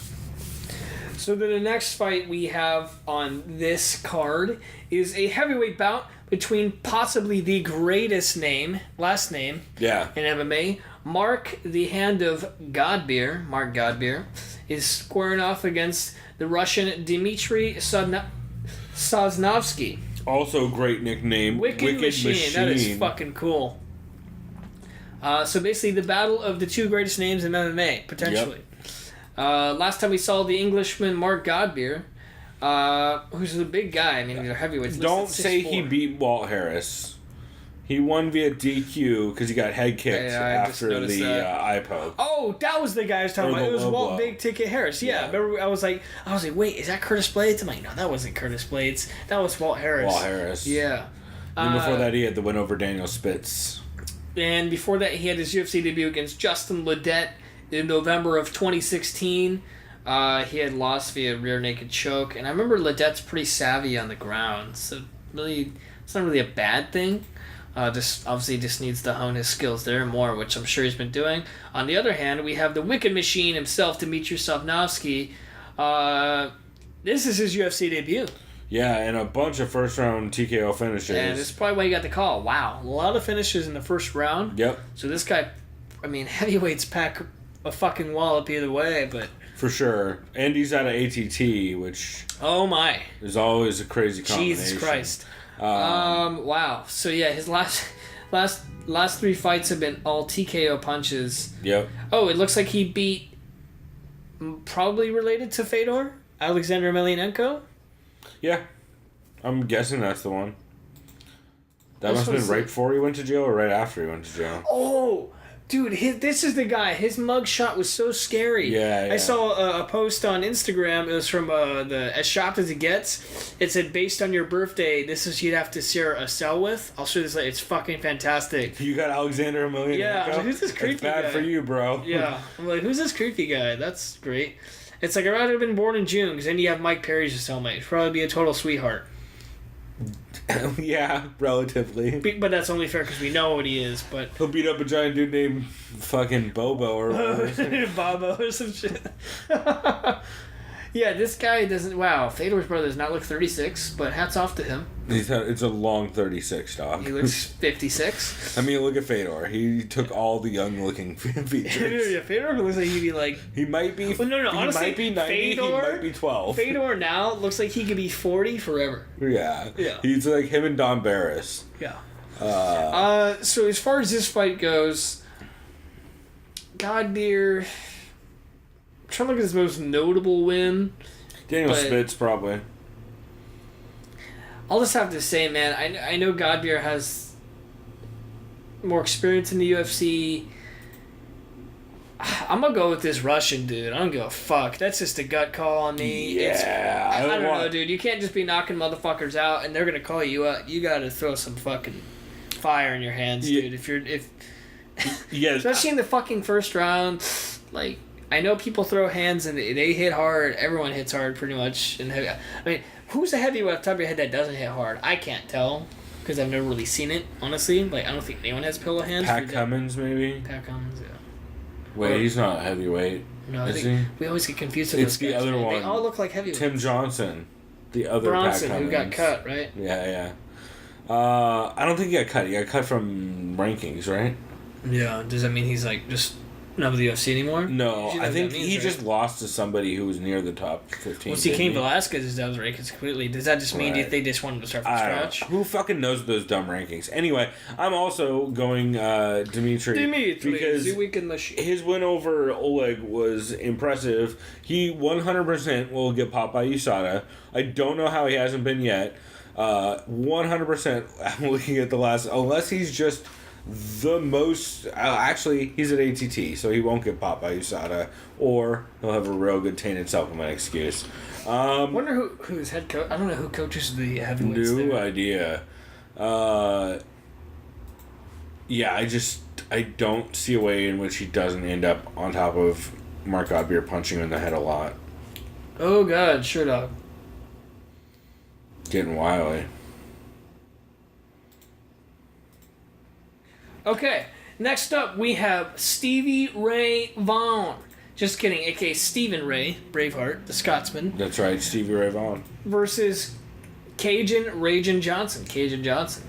Who That's is not from New Orleans, but is from Canada. Host of Raging MMA Podcast. Yep, that's right. Stevie Ray Vaughan, last time we saw him, 27-year-old, he lost via holy fuck elbows Yeah. from, that was bad. And also, Paul Felder. you got bludgeoned a bunch on the feet first, and then got bludgeoned with elbows, and then recovered, and then got bludgeoned with more elbows. Paul Felder's a scary man on top. I honestly think Paul Felder, he's fighting Ray Janelle. Yeah. Say he In beats the fucking brakes fight of off. the century. Say he beats the brakes off Ridge now. I think Paul Felder's a legit contender at some point. That Yeah, dude has dude. a lot of good tools. Yeah, I I agree. He's mean, a he looks. monster. He's a dangerous guy. Like holy shit. He's pretty big for that division too. Yeah, he cuts a he's- lot of weight. But anyways, Paul Felder's not fighting. It's Stevie Ray Vaughan. Yes, he did get knocked out by Paul Felder. However, before that, he won a majority decision against Joe Lozon and a split decision versus Ross Pearson. You can say it how you want. It's not that impressive, but you know what? A win's a win, man. And also, I mean, and Ross Pearson, if you're going to decision with Ross Pearson, it's going to be split. That's how Ross Pearson fights go. It's like Jorge Masvidal fights. If it goes to decision, it's going to be split. yeah. But yeah, this is a fun matchup in the Cajun- sense that yeah. they're both counter strikers who like to fight off their back foot. I feel like this might be For me, this is a coin flip only because yes, It's gonna be weird. I've seen Cajun Johnson fight. His last fight was a victory against Adriano Martins. Where you no-timed the motherfucker. Yeah. He straight up caught him with the step the out. ear? Yeah, that step out behind the ear hook. That's the dude with his back. I honestly don't know who I like in this fight. I honestly have no idea. No clue. No idea who to pick. I am gonna go Stevie Ray, but just because I think one of them is gonna have to press forward, and I don't think Cajun Johnson's gonna do it first. And Cajun Johnson, I think, will eventually get clipped by enough and have his back on the fence enough to where he loses a 3-round decision. Yeah, see, this is why you're smart and you did tape study and I didn't. The only studying I did was at school, but I'm almost done with that, guys, so then I'll have plenty more time to do actual That's right, tape you're study. doing your best Josh Gross impression going to SDSU. Yeah, so what I'm going to do is I'm actually going to go the opposite. No real logic. Smart. No, I think it's really it's a coin flip. I'm going with Cajun Johnson only because his last win is he knocks someone up behind the ear. It was crazy. Stevie Ray Vaughan just got knocked out. Not just got knocked out. He had the medical suspension. But I usually don't like it when someone gets knocked the fuck out and then they come back. Sure, he has enough time to get back. It's been a long time, too. Yeah, he'll be fine. But I feel like there's a trend sometimes. If you get knocked out, your odds of getting knocked out again are pretty high. I don't know. Not necessarily. It depends. Like I said, there's no logic. This is a coin flip for me. Yeah. I'm going with the not American Cajun, but the Canadian Cajun Johnson. And you said you're going with Stevie Ray? Yep. 100. And that formatted very oddly. This next fight is unfair. Yeah, okay, so this next fight we have another Scotsman Next and fight, Paul either Berju Craig Yeah, it's either very good matchmaking or very bad versus matchmaking. Magomed Ankalaev. Boo. Ankalaev, excuse me. Boo. Boo? Well, sorry, that was just, I heard someone in the background booing. Oh, is this guy, I'm assuming, Hey, he fights out of Akhmat MMA. Yeah, I was like, does he have anything to do with someone who doesn't like gay people? Then yes. Yeah, so you know what? Yeah, I mean, I hate this motherfucker already. This is tough. I mean, I don't know. Let's just be fair, though. Paul Craig has fought some weird competition. Oh, also, Paul Craig's gonna lose this fight 100%. Yeah. As much as I'm booing the other dude, this is a terrible style matchup for Paul Craig. If you look at a fucking Dagestani. If you look at Magomed Ankalaev's fight against Ricardo da Silva, he fucking smashed dude. Fucking smashed dude. He smished. Hella smish. Yeah, it was pretty crazy, so... Yeah, I'm just going to agree with you. Paul Craig has he's gotten finished in his last 2 fights. In the first round. Yeah, I can't... To be fair, by very good competition, by Tyson Pedro, who's real good, and by Khalil Roundtree, who's really improving a lot lately. Yeah, he's kind of a schizophrenic fighter, but he's definitely improving. Yeah, he's just a little too flaily and hittable for me in this matchup. And I do think he will get put on his back, and I do think he will get smashed in the face a lot. So next up, we have Hakeem Min Dawadu? Probably Dawadu. Hakeem Dawadu. The Canadian, out of fighting out of Calgary, Alberta, Canada, versus Danny the Hatchet Henry, another Scotsman, who doesn't have a picture on Sherdog. But has fought in the UFC already. Yeah, so that's insulting to him. And he beat Daniel Tamer. We apologize to you, Danny Henry, on behalf of Sherdog for them not having a picture of you. Well, to be fair, you can submit a picture, so don't be too mad, Danny. But that Daniel Tamer fight, he got fucking murdered in the first round and then came back. It was crazy. Oh, and I keep thinking of the brother David to take care of your underwears. Or wait, is it... Which brother? Wait, now I'm getting confused. Are they wait, does he have a brother in Yes! No, dude, David Tamer's take care of the underwears. I'm gonna fuck you, man. This is the younger brother, Daniel. That's funny. Yeah, I just finally saw him fight. He lost. Yep. See, there's not a picture of him. Yeah, this is the younger brother, Daniel King Right. Dynamite. And he lost to Danny Henry when He's fighting right. No, he lost to Danny Henry. Yeah. Previously, which was the Danny Henry.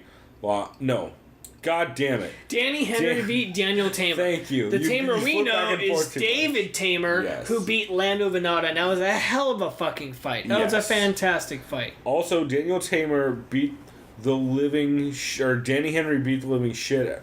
Other way around. Their names are too close, and it's really. It's David and Daniel, dude. Fuck. It's Daniel and Danny. I know, but I'm saying it's because the brother that we know from Tough know. is David. That's Yeah. why it confuses everyone. Well, and trust me, we're not going to be the only heel that are confused. Not only that, but it's Daniel and Danny also. Yeah, so it's fucked up. Daniel beat the shit out of Danny in the first round, and then Danny came back and rallied and got the decision, but he took a beating in the first round. So now it's his first UFC fight, and that's impressive that he's kind of decisioned that out. On the other hand, the Canadian Hakeem Dawodu, this is his UFC debut. This is a featherweight fight. He had 26. He had an awesome good bad fight that could easily be on MMA Depressed Test with Steven Seiler. It's almost too good to be on it, but everyone's defense is so bad that it could be. They both hit each other with everything, especially Steven Seiler didn't even block. I'm gonna say this right now. I'm going with Danny Henry based on the he beat a Tamer brother, and the Tamer brothers are well known for their Muay Thai. If you're just telling me right now no, Danny Henry is not a Tamer brother. Daniel Tamer, I know. Oh, he beat a Tamer brother. That's what I'm saying. The Tamer brothers are fantastic at Muay Thai. Especially David, who's a fucking Muay Thai champion in Sweden. Yeah. Doesn't matter what country to me. If you can beat some dude who's a Muay Thai dude, and you're now fighting a guy named Hakeem Dawodu, who you just told me doesn't have any defense. No, I said Steven Seiler doesn't have any defense. Oh, see, now I'm getting confused again. But he got clipped with a lot of wild shit from Steven Either way, Seiler. fuck it. I'm going to Scotsman, Danny Henry. That's my pick. He beat a Tamer brother, and they're good in the clinch. Yes, he got styled on, like you said, in the first round. Fuck it, dude, at this point. I think that's I'm tired a of smart confusing pick. myself. To be fair, the names are not helping. No. I'm going to go Hakeem Dawodu. Although I'm not ultra confident, because beating up Steven Seiler at this point doesn't do a ton for me. But Steven Tyler or Steven Styler? Seiler. But it's still leaning that way, although I'm not real confident. Speaking of continuing the trend of confusing us, Danny Hot Chocolate Roberts is fighting against Oliver, the future Encamp from Sweden. Danny Hot Chocolate Roberts, last time I saw this guy fight, he got knocked the fuck out by Mike Perry in a huge scrap. I haven't seen this guy fight. You didn't see the Nordine Talib fight? I did not, because I was at work or school. For the Lawler versus Dos Anjos card? Yeah. You didn't see that 29-point punch combo you landed on Lawler? No, dude, remember I missed that whole card. I had to watch all the highlights. Yeah. What about the other dude who also fought Nordine Taleb? No, I mean when you go to the other, like to Oliver. Oh. He also fought Nordine Taleb in his last fight. Did you see that card? Nope. Gus versus Teixeira? I missed that card too. That's hilarious. Yeah. Okay, well let me just Remember, break like this. I told you before, the times I'll miss the cards. Yeah. Is if I'm working and the card's in the morning. Oh, to or be if fair, I'm literally like with family and I'm out of town, unfortunately. And I think that was one of the cards. When this was this? one was that was the Rotterdam card. May of last year. That was Rotterdam. Yeah, May of last year. I must have just been out of town or something. I don't know where the fuck I was in May of last year. But yeah, Nordine Taleb just beat the shit out of both of them. It's basically what happened to break it down. This is fun. This is a fun line to draw. So, so let's see. So Danny Hot Chocolate Roberts only lasted, less than a minute. yeah, Nordine clipped him like right out the gate in that fight. And this guy lasted To decision. all of them. But he but he also has got the one shit year. beat out of him. Yeah, this is weird. It's a weird fight to Isn't pick. Danny Roberts a kickboxer, if I remember? His fight against Mike Perry. I believe so. And I have no idea anything about Oliver Encamp, the Swede. A lot of weird flashy kicks and like clinch takedowns. Probably Muay Thai. No, the Swedes like Muay Thai. Yes, he does a solid Muay Thai game. Well, you know what? He did hit some in solid that clinch case, knees I am on, going with Oliver Enkamp, which is Televis probably at some considered an upset because Danny Roberts struggled heavily in the clinch, which Mike Perry was good at in the clinch because Mike Perry has a decent clinch game, and that's how he knocked out Danny Hodge. Well, yeah. It's a hunch for me. It's probably based on some bullshit, but I'm going with Oliver Enkamp here. I got to go with that style matchup. That's a decent pick. I'm still unconvinced on either one of these dudes. I'm a little worried about where Danny's chin is at right now, just because he has eaten some fucking bombs. Like, oh god, he's been dude. Well, the Mike Perry finish was bad. Oh no, he But finished the Nordine Taleb finish was real bad. Like, he got bombed. Like, slept bad? Like, slept? That was the one you'll Stiff as remember board? when I tell you this. He got head kicked and only blocked with one arm, so you rocked him super bad. He falls back to the fence like this, like crucifix style. Oh yeah, where you and like gets that? nailed with the right hand and crumpled. So like Yoel to Rockhold in a way. Way worse, because he was arms completely spread out to the sides when he got clipped, and it was after eating a head kick. It was bad. So who do you got? Jesus, I just remembered that's how that finishing sequence went, and I'm gonna go Enkamp just because he throws a lot of crazy flashy kicks, and Danny Roberts got caught with a kick, but I'm not ultra confident because Home field advantage possibly for Enkamp Roberts? gasses. That's part of it, and Enkamp also gasses. Do we believe, by the way, in home field advantage in MMA? I do a little bit. It Depends on the home. Yeah. And depends on the fighter. Some of them fight better, some of them fight worse. Yeah, I remember, I can't remember which fighter it was, but there's a current champion, I believe, that always does well not in the U.S. It was weird, but he's an American champion. I can't remember who it is, but like they always knock people. I think it was Stipe. Well, Stipe knocks everyone out, regardless, except for Francis, but yeah. I can't remember who it was. It was such an interesting stat. Huh. But either way, next fight we have is a middleweight bout between Charles Kid Dynamite Bird, who's fighting out of Janjira Muay Thai Octagon MMA, fighting out of Plano, Texas, fighting against John Phillips, who we mentioned. And I assume this guy's Irish because he's at SBG, but he is a Welshman. Yep. Out of Swansea, Wales. I said that wrong. There's no way that's called Swansea. Charles Bird is 34 years old, with a record of 9 wins and 4 losses. Coming off back-to-back Tuesday Night Contender Series appearances. That's God impressive. damn it, do I miss Tuesday Night Contender Series. 2 submission victories. Dana White was very impressed. I was very impressed. Oh no! Didn't you show me? Yeah, we watched at least one of those. Probably both of them, because we were covering those most weeks. Oh, I saw the rear naked. Oh yeah.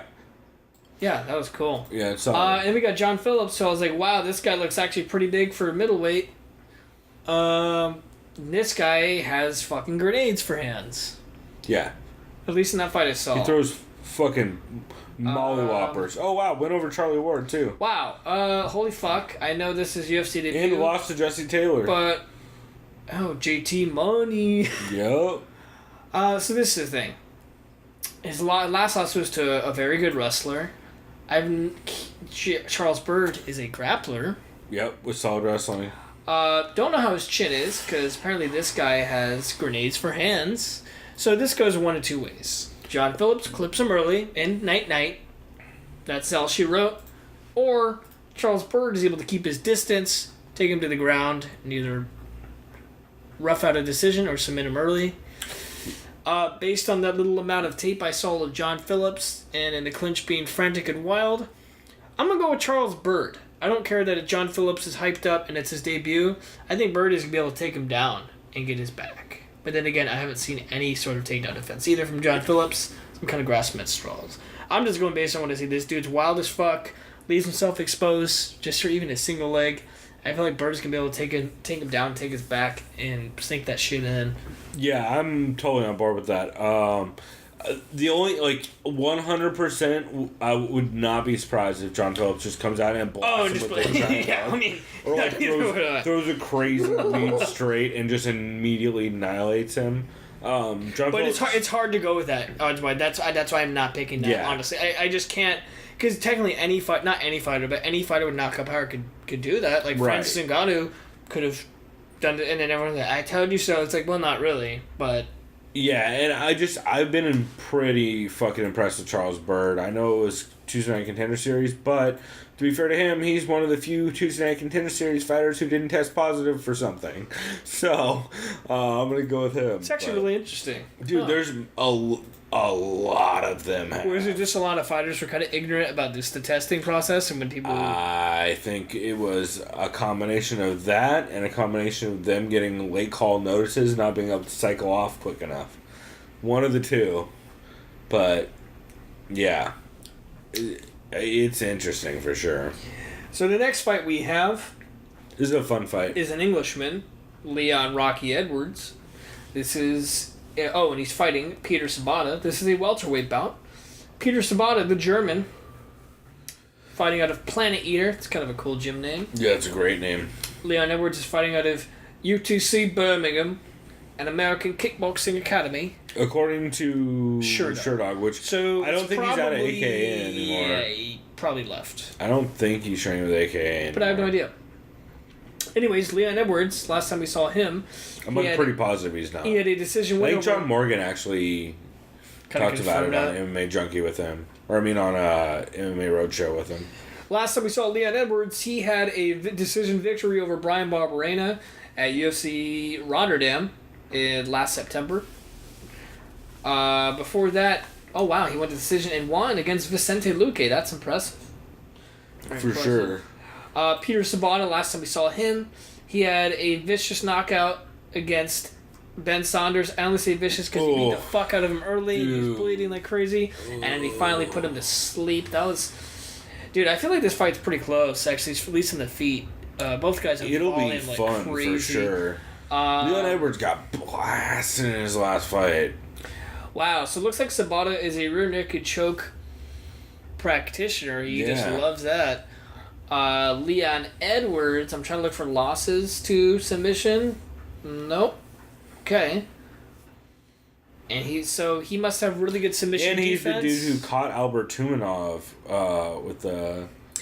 Yeah, so now that you said that, I'm actually going to go with Leon Edwards. To be able to do that, someone against Tumanov, I believe is a Dagestani, right? Or is he I was really high on Tumanov too. I picked him going into that fight. Yeah, he's Russian. I'm going with Edwards. No disrespect to Sabata, great volume fighter. If he catches Edwards, Edwards could be caught in the fight that I just saw against Bahrain. Bahrain took some good shots in there too. Right. This will probably be a really close fight. I gotta stick with my guns here and go Edwards. Go with the hometown guy. Yep. I'm going the same way. Although this is a real test for Peter Sabata. I can't judge the amount he was able to land against. So here's a couple things. First off, I think Leon Edwards probably, if he didn't lose the fight to Brian Barberena, it was real close. Like that, it was real close. He got deaded in the second round at the end of that round, but he was able to barely hang on. But yeah, I'm gonna go Leon Edwards, but man, is it close. Also, I love this ultra photoshopped Tom Duquesnoy and Sherdog. Yeah, I feel like he's doing his best. He's doing his best Anthony Pettis impression. He could definitely be in the background of the cover for last week's episode with the what Never Surrender. He could definitely be like behind Rampage. Oh, I listened to the audio. We had some pretty hilarious quotes in that. Did we? Pretty great. Like the one I was like, 8 beers in. You were like, I was too. Remember, we both had like 8 beers in. We actually sounded pretty fine. But I think it's, to be fair, it was over like 3 hours, something like that. So 2.5. Yeah. So that's probably why. That's still a lot of beer for the amount of time. Yeah, still. But I think it's because of the pizza. Probably saved my ass. Definitely helped. Yeah. Shouts out to Blaze Pizza, unofficial sponsor. Yeah. From, last week. Not the best pizza, but it's a pizza. Yeah. Also, bigger shouts out to Costco Pizza, which is saving me this week.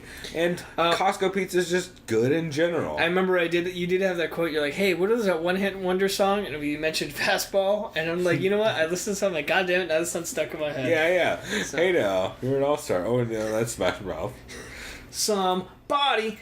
Anyways, Tom Duquesnoy, the Fire Kid, based out of Paris, France, is fighting Terrian Flash Ware, based out of Hawthorne, California. Last time we saw Tom Fire Kid Duquesnoy, he had a split decision loss to Cody Stamann at UFC 216 in October, which was Ferguson versus Lee. Cody Stamann recently just defeated Brian Caraway, if I recall correctly, about a week ago.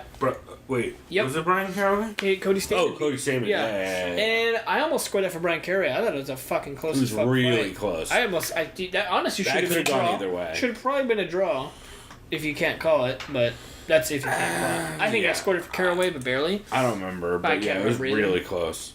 Oh, I scored it for Caraway because he had more total strikes, and I felt like each round was pretty close. I think that's why I gave it to him. So I was like, fuck it. Anyways, Brian Caraway's not in this fight. It's Tom Duquesnoy. His last fight was a loss, close fight to Cody Stamann. Split decision. Before that, in his UFC debut... I definitely think he did lose that fight, though. April of last year, he had a victory over Patrick Williams via elbows and TKO. Terrian Ware, last time we saw him, was his second UFC fight. Tough out for Terrian Ware in the UFC. Jesus Christ. Yeah, see, his first two UFC fights, his debut was against Cody Stamann, of all people, in July of last year. He lost the unanimous decision to. And then he lost to Sugar Sean O'Malley in Sean O'Malley's UFC debut. So it feels like they're just giving Terrian Ware either good matchups or just matchups that they want to build other people on. Terrian Ware has gotten maybe one of the roughest 3-fight intros to the UFC that you can give someone. They're feeding him to the wolves, man, because Tom Duquesnoy is a young up-and-comer. Really sharp. Holy shit, he's only 24. Terrian Ware's 31. He's 17-7. He's been fighting since 2012. So, before that, amateur. oh, you're right, 2011. Yeah, he fought Luke Saunders. He even fought Leandro Higo. Isn't that the guy that's fighting for the Bellator Championship? I think you're right. Yeah, he's fighting. Yep. He just lost. He just to Darren lost. Caldwell. Darren Caldwell, yeah, wow. And this guy was a guy who he had some record. I don't know. I don't mean to say it like that lazily, but, you know. He also has a win over Rob Gooch. Great name. Yeah. Or not. Oh, yeah, and he has a win over Jared Papazian. Fuck. I feel bad for Terrian Ware. I think I'm going with Tom Duquesnoy in this one. Yeah, it's weird. I think it's gonna be close. Scroll down a little bit. I'm really going off. I don't know though. Yeah, he does have a big long run in Bama, which is impressive. Man, this is really hard for me to pick because I think this is gonna be very competitive, and I'm interested to see what Tom Duquesnoy looks like coming off that loss. Tom Duquesnoy did say before that fight that most of the dudes he was training with were not really on his level. And that he was kind of just like styling on dudes and training, which is part of probably the reason why when Cody Stamann every time I fucking have a panic Cody attack. Flowercock. Yeah, Cody Flower Junk, Cody Pedal Dick. I feel so bad, Cody. It's a Conor Rebus joke that I think is funny. Also, I'm sure I'm not the first person. No, I remember Eugene S. Robinson, Cody Flower Parts, or some shit. Yeah, that sounds about right. Cody, I'm surprised there wasn't a Nazi reference in there somewhere. You probably turned it into one. Yeah, for sure. But yeah, I'm going with Duquesnoy only because Terrian Ware, yes, he's had. I'm going with Duquesnoy. I just wasn't that impressed with but then again, Sugar Sean has a lot of volume output. I just remember, I think last time I saw Duquesnoy, he did as well, at least with his kicks. Usually the French guys, their form of kickboxing is called savate, right? If I recall. Something like that. Yeah, and it's pretty high volume as far as what they can do with their kicks. Terrian Ware, if I remember, against his fight against Sugar Sean, he was good at pressuring, keeping it against the cage. Sugar Sean's a little too quick, though, and he gets those spinning back elbows, which are always impressive. I remember Ware also used a lot of grappling. So, I don't know. My only knock is I don't know. Did Ware use a lot of grappling? I think he was basically just against the cage though, like a lot of clinch. Against the cage, yeah, a lot of he's a clinch guy, right? From what I recall, because if he had more of a top game like Cody Stamann did, I feel like I would lean him in this fight. But I don't remember him having a lot of a top game, or at least one that he's gonna push on someone else. And if this stays standing, I think Tom Duquesnoy probably is going to be able to Jackson Wink his way to a decision. Oh, Jesus, he's out of Jackson Wink. Yeah. Oh, my God. I think he still is. Actually, no, he went back to his old coaches. So who do you kind of feel? Wait, no, that was Jack Marchman. I don't remember who he's with right now. I think he's Jackson Wink. I think. I'm going Tom Duquesnoy. By decision. By decision, yeah. Part of me was thinking draw, but like, dude, that never happens. I think it does, but... No, because someone would have to, like, smash someone else in one of the 2 rounds. Yeah, it's usually all just 1-10. I don't know if I see that. Draws would just be 5-rounders, usually. Yeah. So... Yeah. Next fight we got is the co-main event. Wow, we're already at the co-main event. We have Sacramento Zone, Jimmy Manuel. The fucking OG, the OG Mackenzie How appropriate Dern. would it be, though, even though he's too big for that gym, if he did go to Alpha Male? I mean, he'd fit right in. Yeah, well, he's the OG Mackenzie Dern, so... Yeah, right. So could we call him a faker, too? I mean... Kidding, but... By the way, I did more research into it. I guess she's not faking her accent. It's because, like... Well, I don't know. Actually, I have no idea. I literally have no idea. The reason she says she's not faking her accent is because she mostly hangs out with Brazilians, speaks Portuguese. And her dad's Brazilian, right? In her head, like when she's training, and her dad's Brazilian. However, Rose Gracie's dad is also very Brazilian. She was born in the United States.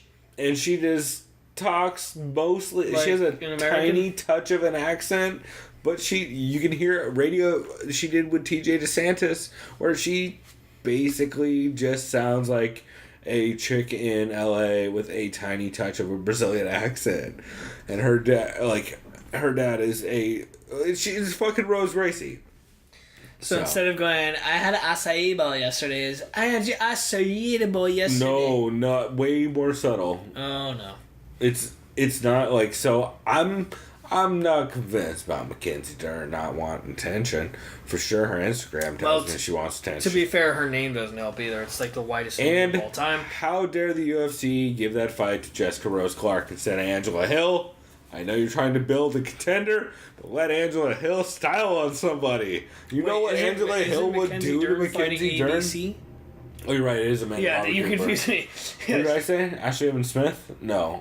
Jessica Rose Clark. Jessica Rose Clark. Yeah. To be fair, that's the other person I figured they would give her.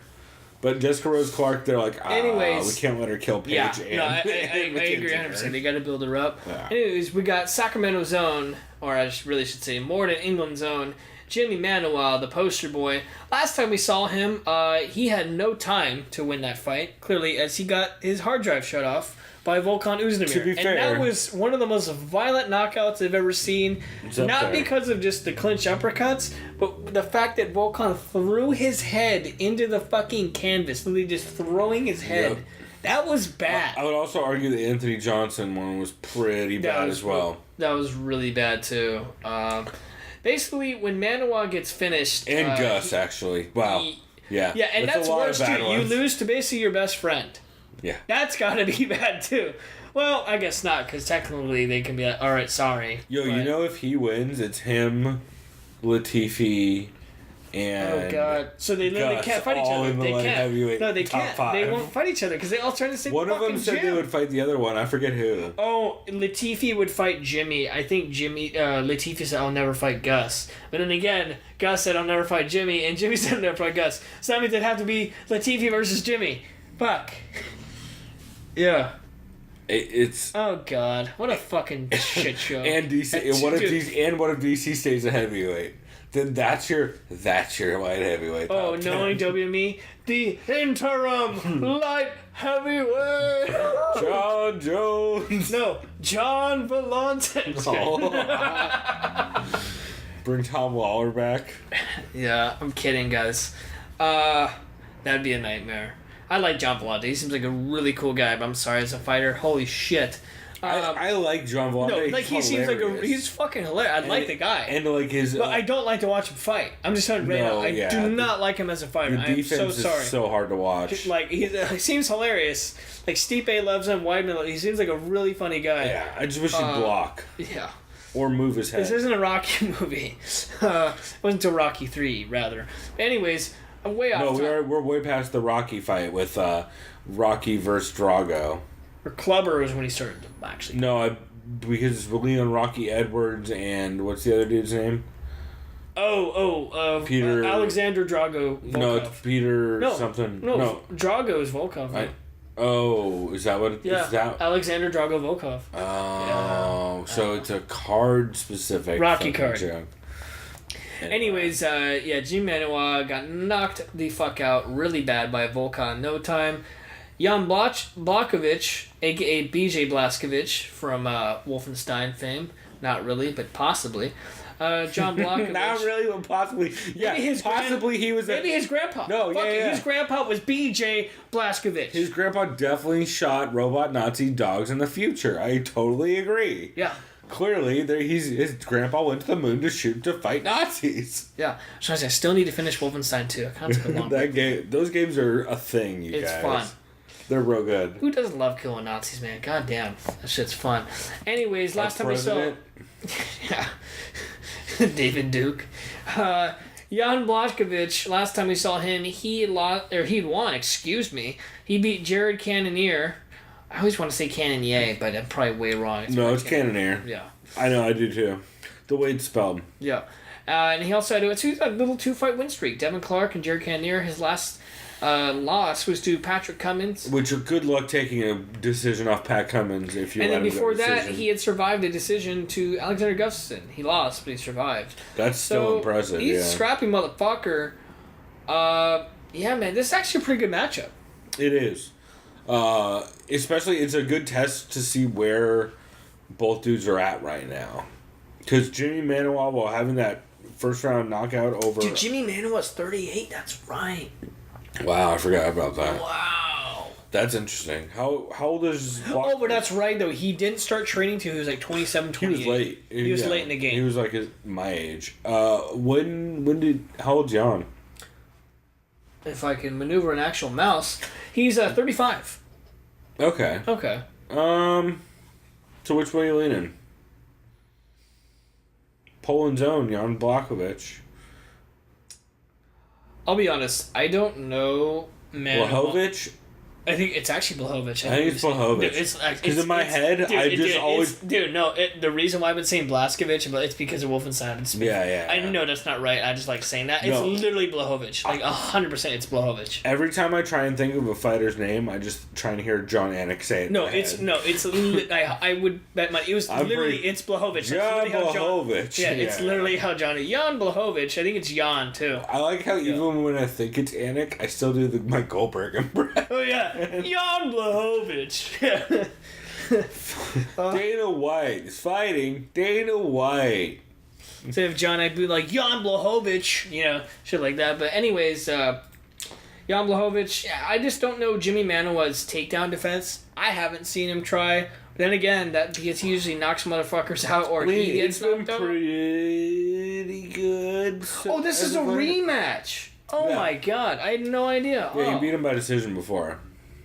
But that was a while ago. That was 3 years ago. Yeah, that's a long 3 years considering who they fought since. Yeah, I don't know, dude. I'll just say right now.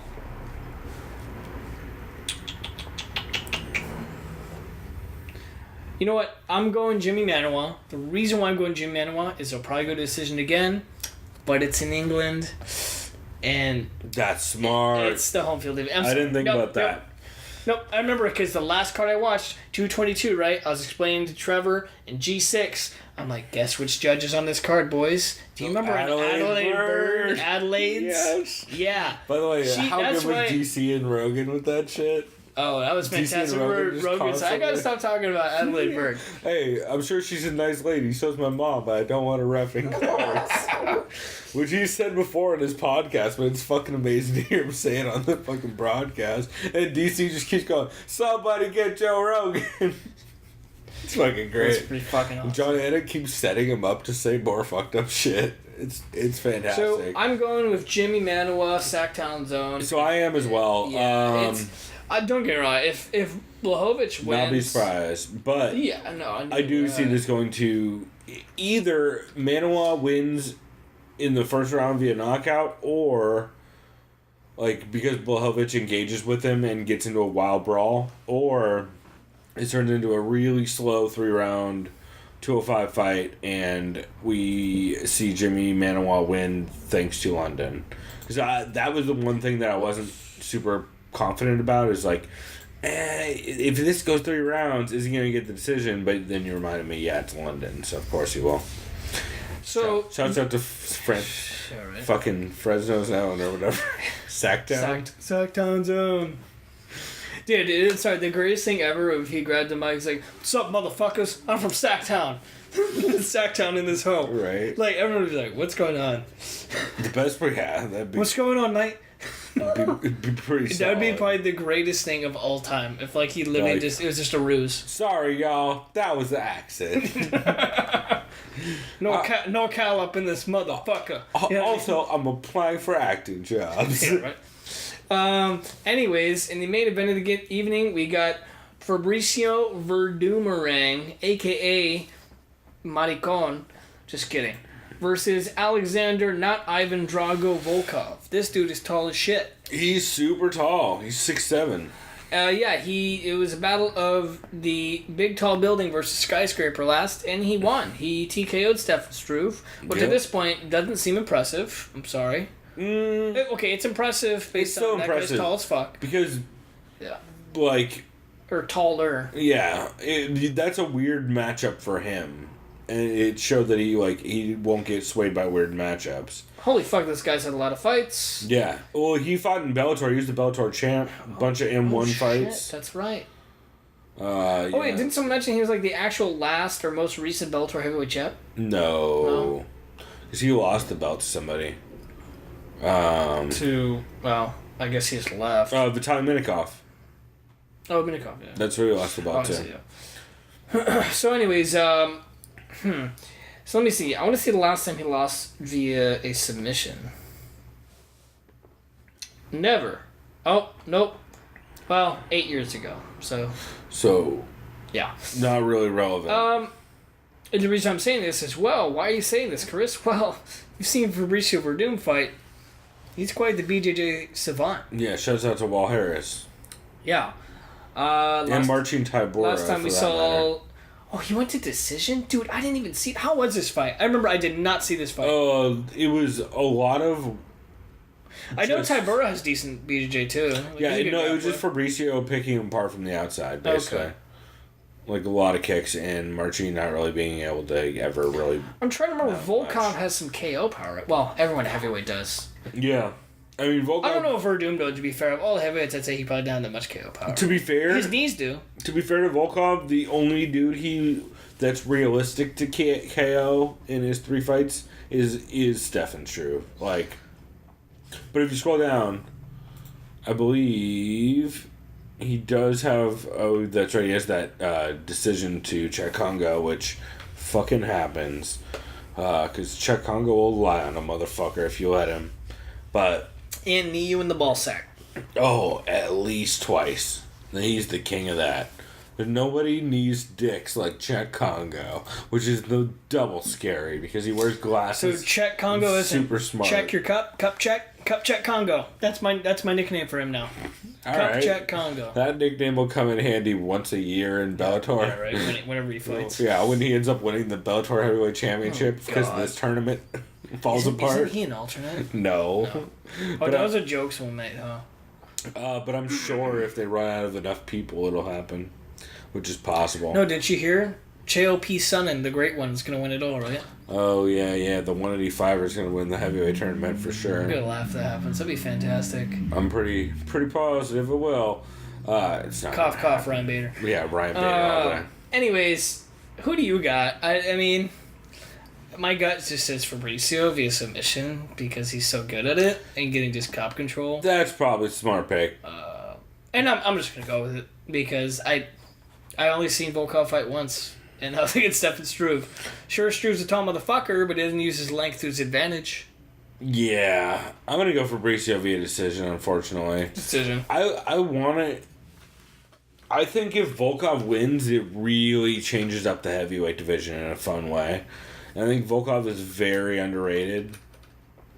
He's had some crazy fights in his past, and he's fought a big range of dudes. But I just, in general, I gotta lean Werdum just off of his recent performances. There's nothing that makes me see that Volkov should, unless Werdum refuses to wrestle in this fight. I just don't see a way that he doesn't take this. Yeah. Because I think he can get the takedowns, and if he can get the takedowns, that's that, you know? Yeah, I agree. Because I don't think Volkov can hang with him on the ground at all. So, I think it'll be a fun card, though, overall. Especially since it'll be like a fun morning card and Fight Pass pacing, y'all. And I was going to say, since this heavyweight division is so shallow, I'm not going to say it's weak, but it's just shallow. Mm-hmm. It's like, also old. So, or the aging, winner, I should say. so does Fabricio just get the title shot then? Next? I guess. Probably. Guaranteed if DC wins. 100% they'll have him fight DC. If Stipe wins... No, not 100%. Not 100%. 100% depending on John Jones' test results. Oh, God. Because if John Jones... I forgot. Did they kind of rule that he's just so negligent and an idiot? Well, the California State Athletic Commission took his license pending what USADA says. So if USADA says 2 years, that would line up a John Jones, or is it 18 months that lines it up, or is it 2 years? I forget when the fight happened. Well, either way, DC's going to be retired within that time frame. No. Because he says he's retiring by 40. He turns 40 next year. Not 18 months, but it's 18 months from last July. Oh, never mind. Excuse me. From when the fight you're happened. absolutely right then. Oh, shit. Okay. So, it'll be... So, like, actually, that would probably be DC's last fight ever. Yeah, he's like, fuck it, this is my last fight. I win or I lose. Like that... No, yeah, that makes a lot of sense. And you know what? They're probably going to try to do that, yeah. Probably like, it's your last fight ever, DC. You know, you might as well go out with the bang. And if DC loses, they go John Brock. Oh, God. I mean, I would still watch that. Everyone's saying John Brock, and I think they want John Brock, but I think they think it'll make more money if DC beats Stipe to do John versus DC at heavyweight, because then they can have John Jones as the heavyweight champ, and that's... Actually, John Jones would technically be the lineal heavyweight and light heavyweight champ, which is what they're looking for, because you know they like that champ life. Yeah, just like McGregor's still the featherweight champ, also, right? everyone can slow down about being hyped about Conor McGregor having a spicy chicken sandwich. I tried it, by the way. How is it? It's not bad. Like, to be honest, like, for like chicken sandwich fast food, it didn't taste bad. That's what's up. It tastes like real chicken. Here's the thing, though. Everyone needs to calm down about that commercial. Joey Diaz on his podcast this week also did a last week also did a spicy chicken commercial for Burger King. So let's slow down if they're also advertising on Joey Diaz's podcast. You know what I mean? Oh, like, did he plug them in his pocket? Like, they literally have Dog, try Burger King spicy chicken sandwich. That's literally, hilarious. they're like, hey guys, Burger King has spicy chicken sandwiches. They're fucking fantastic. You get them, you eat them. Conor McGregor likes that shit, dog. The fuck are you even bothering me with this shit for? Fucking Joey Diaz. But, yeah. Probably eat an edible. Dog, eat an edible. You got a dose Lee. You pet the cat. You wash your monkey. You go get some Burger King. That's a good day. Oh, yeah, doesn't he have like a bunch of pet cats at home? Yeah. That's great. Joey he does seem like cats. a cat guy. Joey's a big cat fan. But then again, he's a laid-back guy, so you probably wouldn't want a dog. True. Also, if you're in the Southern California area and looking for a cat, I got you. So I got my girlfriend Karen's fostering a kitten that is looking for a place, so let me know. But yeah, I guess that wraps this episode, huh? Yeah. Excuse me. Cool, man. Well, do you have anything you want to plug? You have anything you're working on? Unfortunately, not MMA related, but I'll be honest, guys, I'm just concentrated on getting this school bullshit. I shouldn't say bullshit. My career lined up. There you go. So then I could plug MMA and make MMA part of my journalism future endeavors, everyone. There you so go. I'm just setting some real shit up, man. That's right. This summer is when everything's gonna be cooking. Chris is going full Josh Gross on motherfuckers this summer. So Chris is dropping the tough 2090 results. right? Yeah. Like, Jesus. Anyway, you guys can find Chris on Twitter at Chris Madaffer, right? Yep. You want to spell that last name? MADAFFER. There you go. You can find me on Twitter at The Pulver. Again, check out the MMA community forums and specifically the Monsters Pick'em. It's named, of course, after Kevin Randleman, R.I.P. But that's a lot of fun, and I'm in that every week.